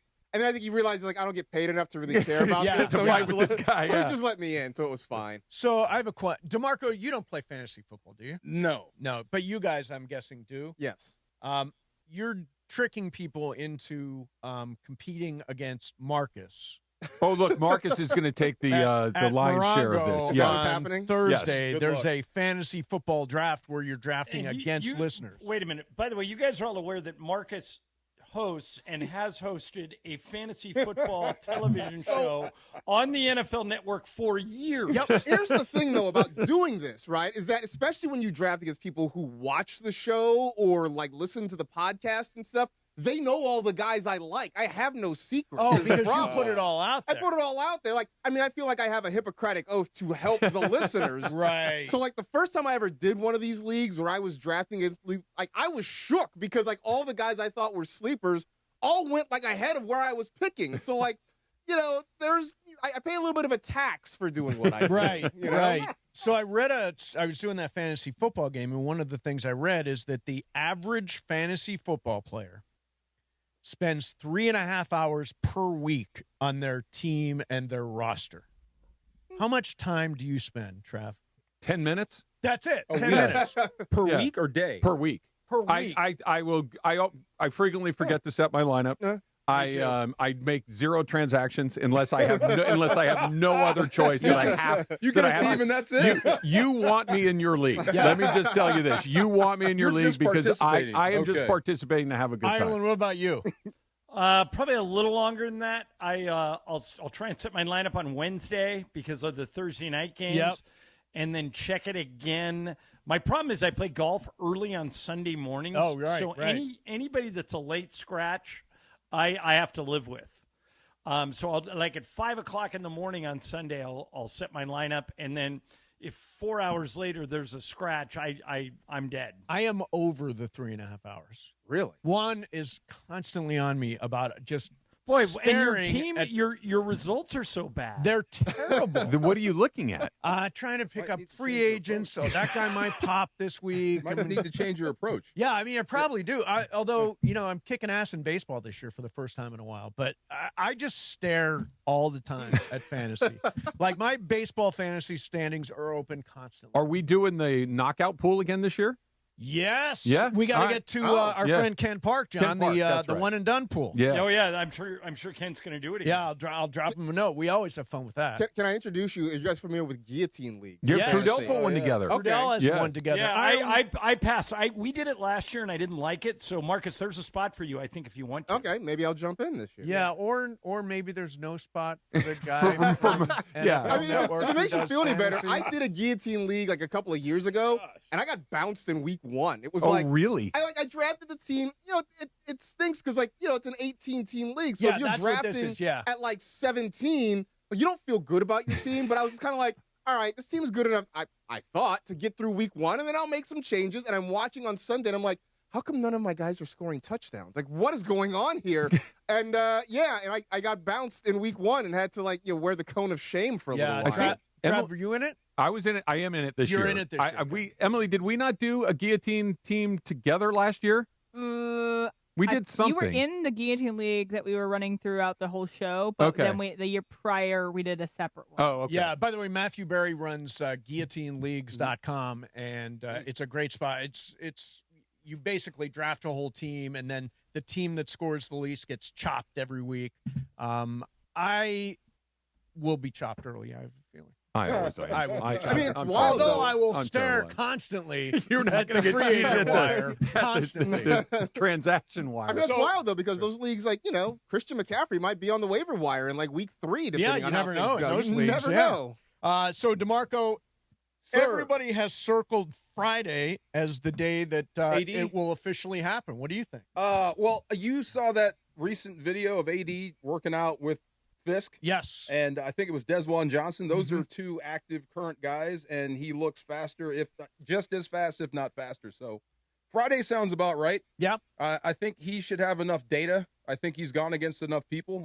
It's time to make it known. Yeah. Like Travis said, I mean, if he comes back, it won't be the world's biggest story. It should be, but it's just kind of a slow it's rollout. just everything because of that. Exactly. We've just been little drips and drabs, but everything is leading towards, yes, I'm going to do this. Right. It's not like we've been hearing, no, it's just not working. And then No, all of a sudden, maybe, it's like he's coming back. Like at this point, the only, I think, surprise would be is if he didn't do it. Yeah.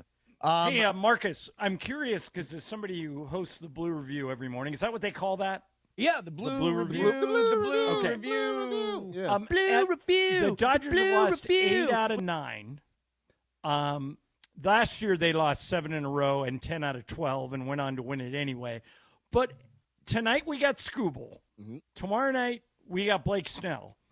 If they were to go another week like this, like get swept by the Royals, swept by the Brewers, would you still pick the Dodgers over everybody else to win it?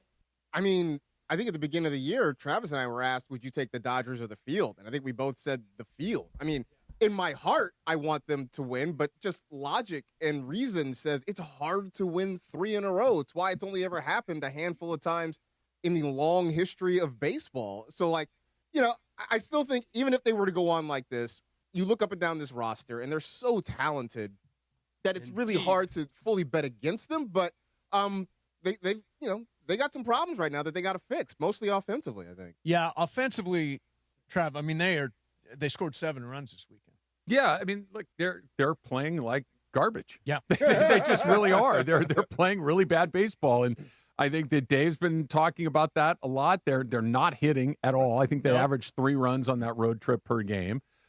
They're doing dumb stuff. In particular, they're doing dumb stuff on the bases, and some of their better base runners like Ohtani are kind of leading the charge at doing dumb stuff. Tommy Edman got picked off. Andy Pajes, I don't know if he's a good base runner or not. Maybe not. but he's done some dumb. Like they're just playing poorly. They lead the league in hitting into double plays. They've hit into 1 million double plays along the way. And what's kind of interesting is this has been the one week or so where Kyle Tucker's kind of come alive a little bit. All of a sudden, His like OPS, Trav, is over 1,000 in the last 15 games. Yeah, he's been really good for a couple of weeks, and it's coincided with them just nosediving.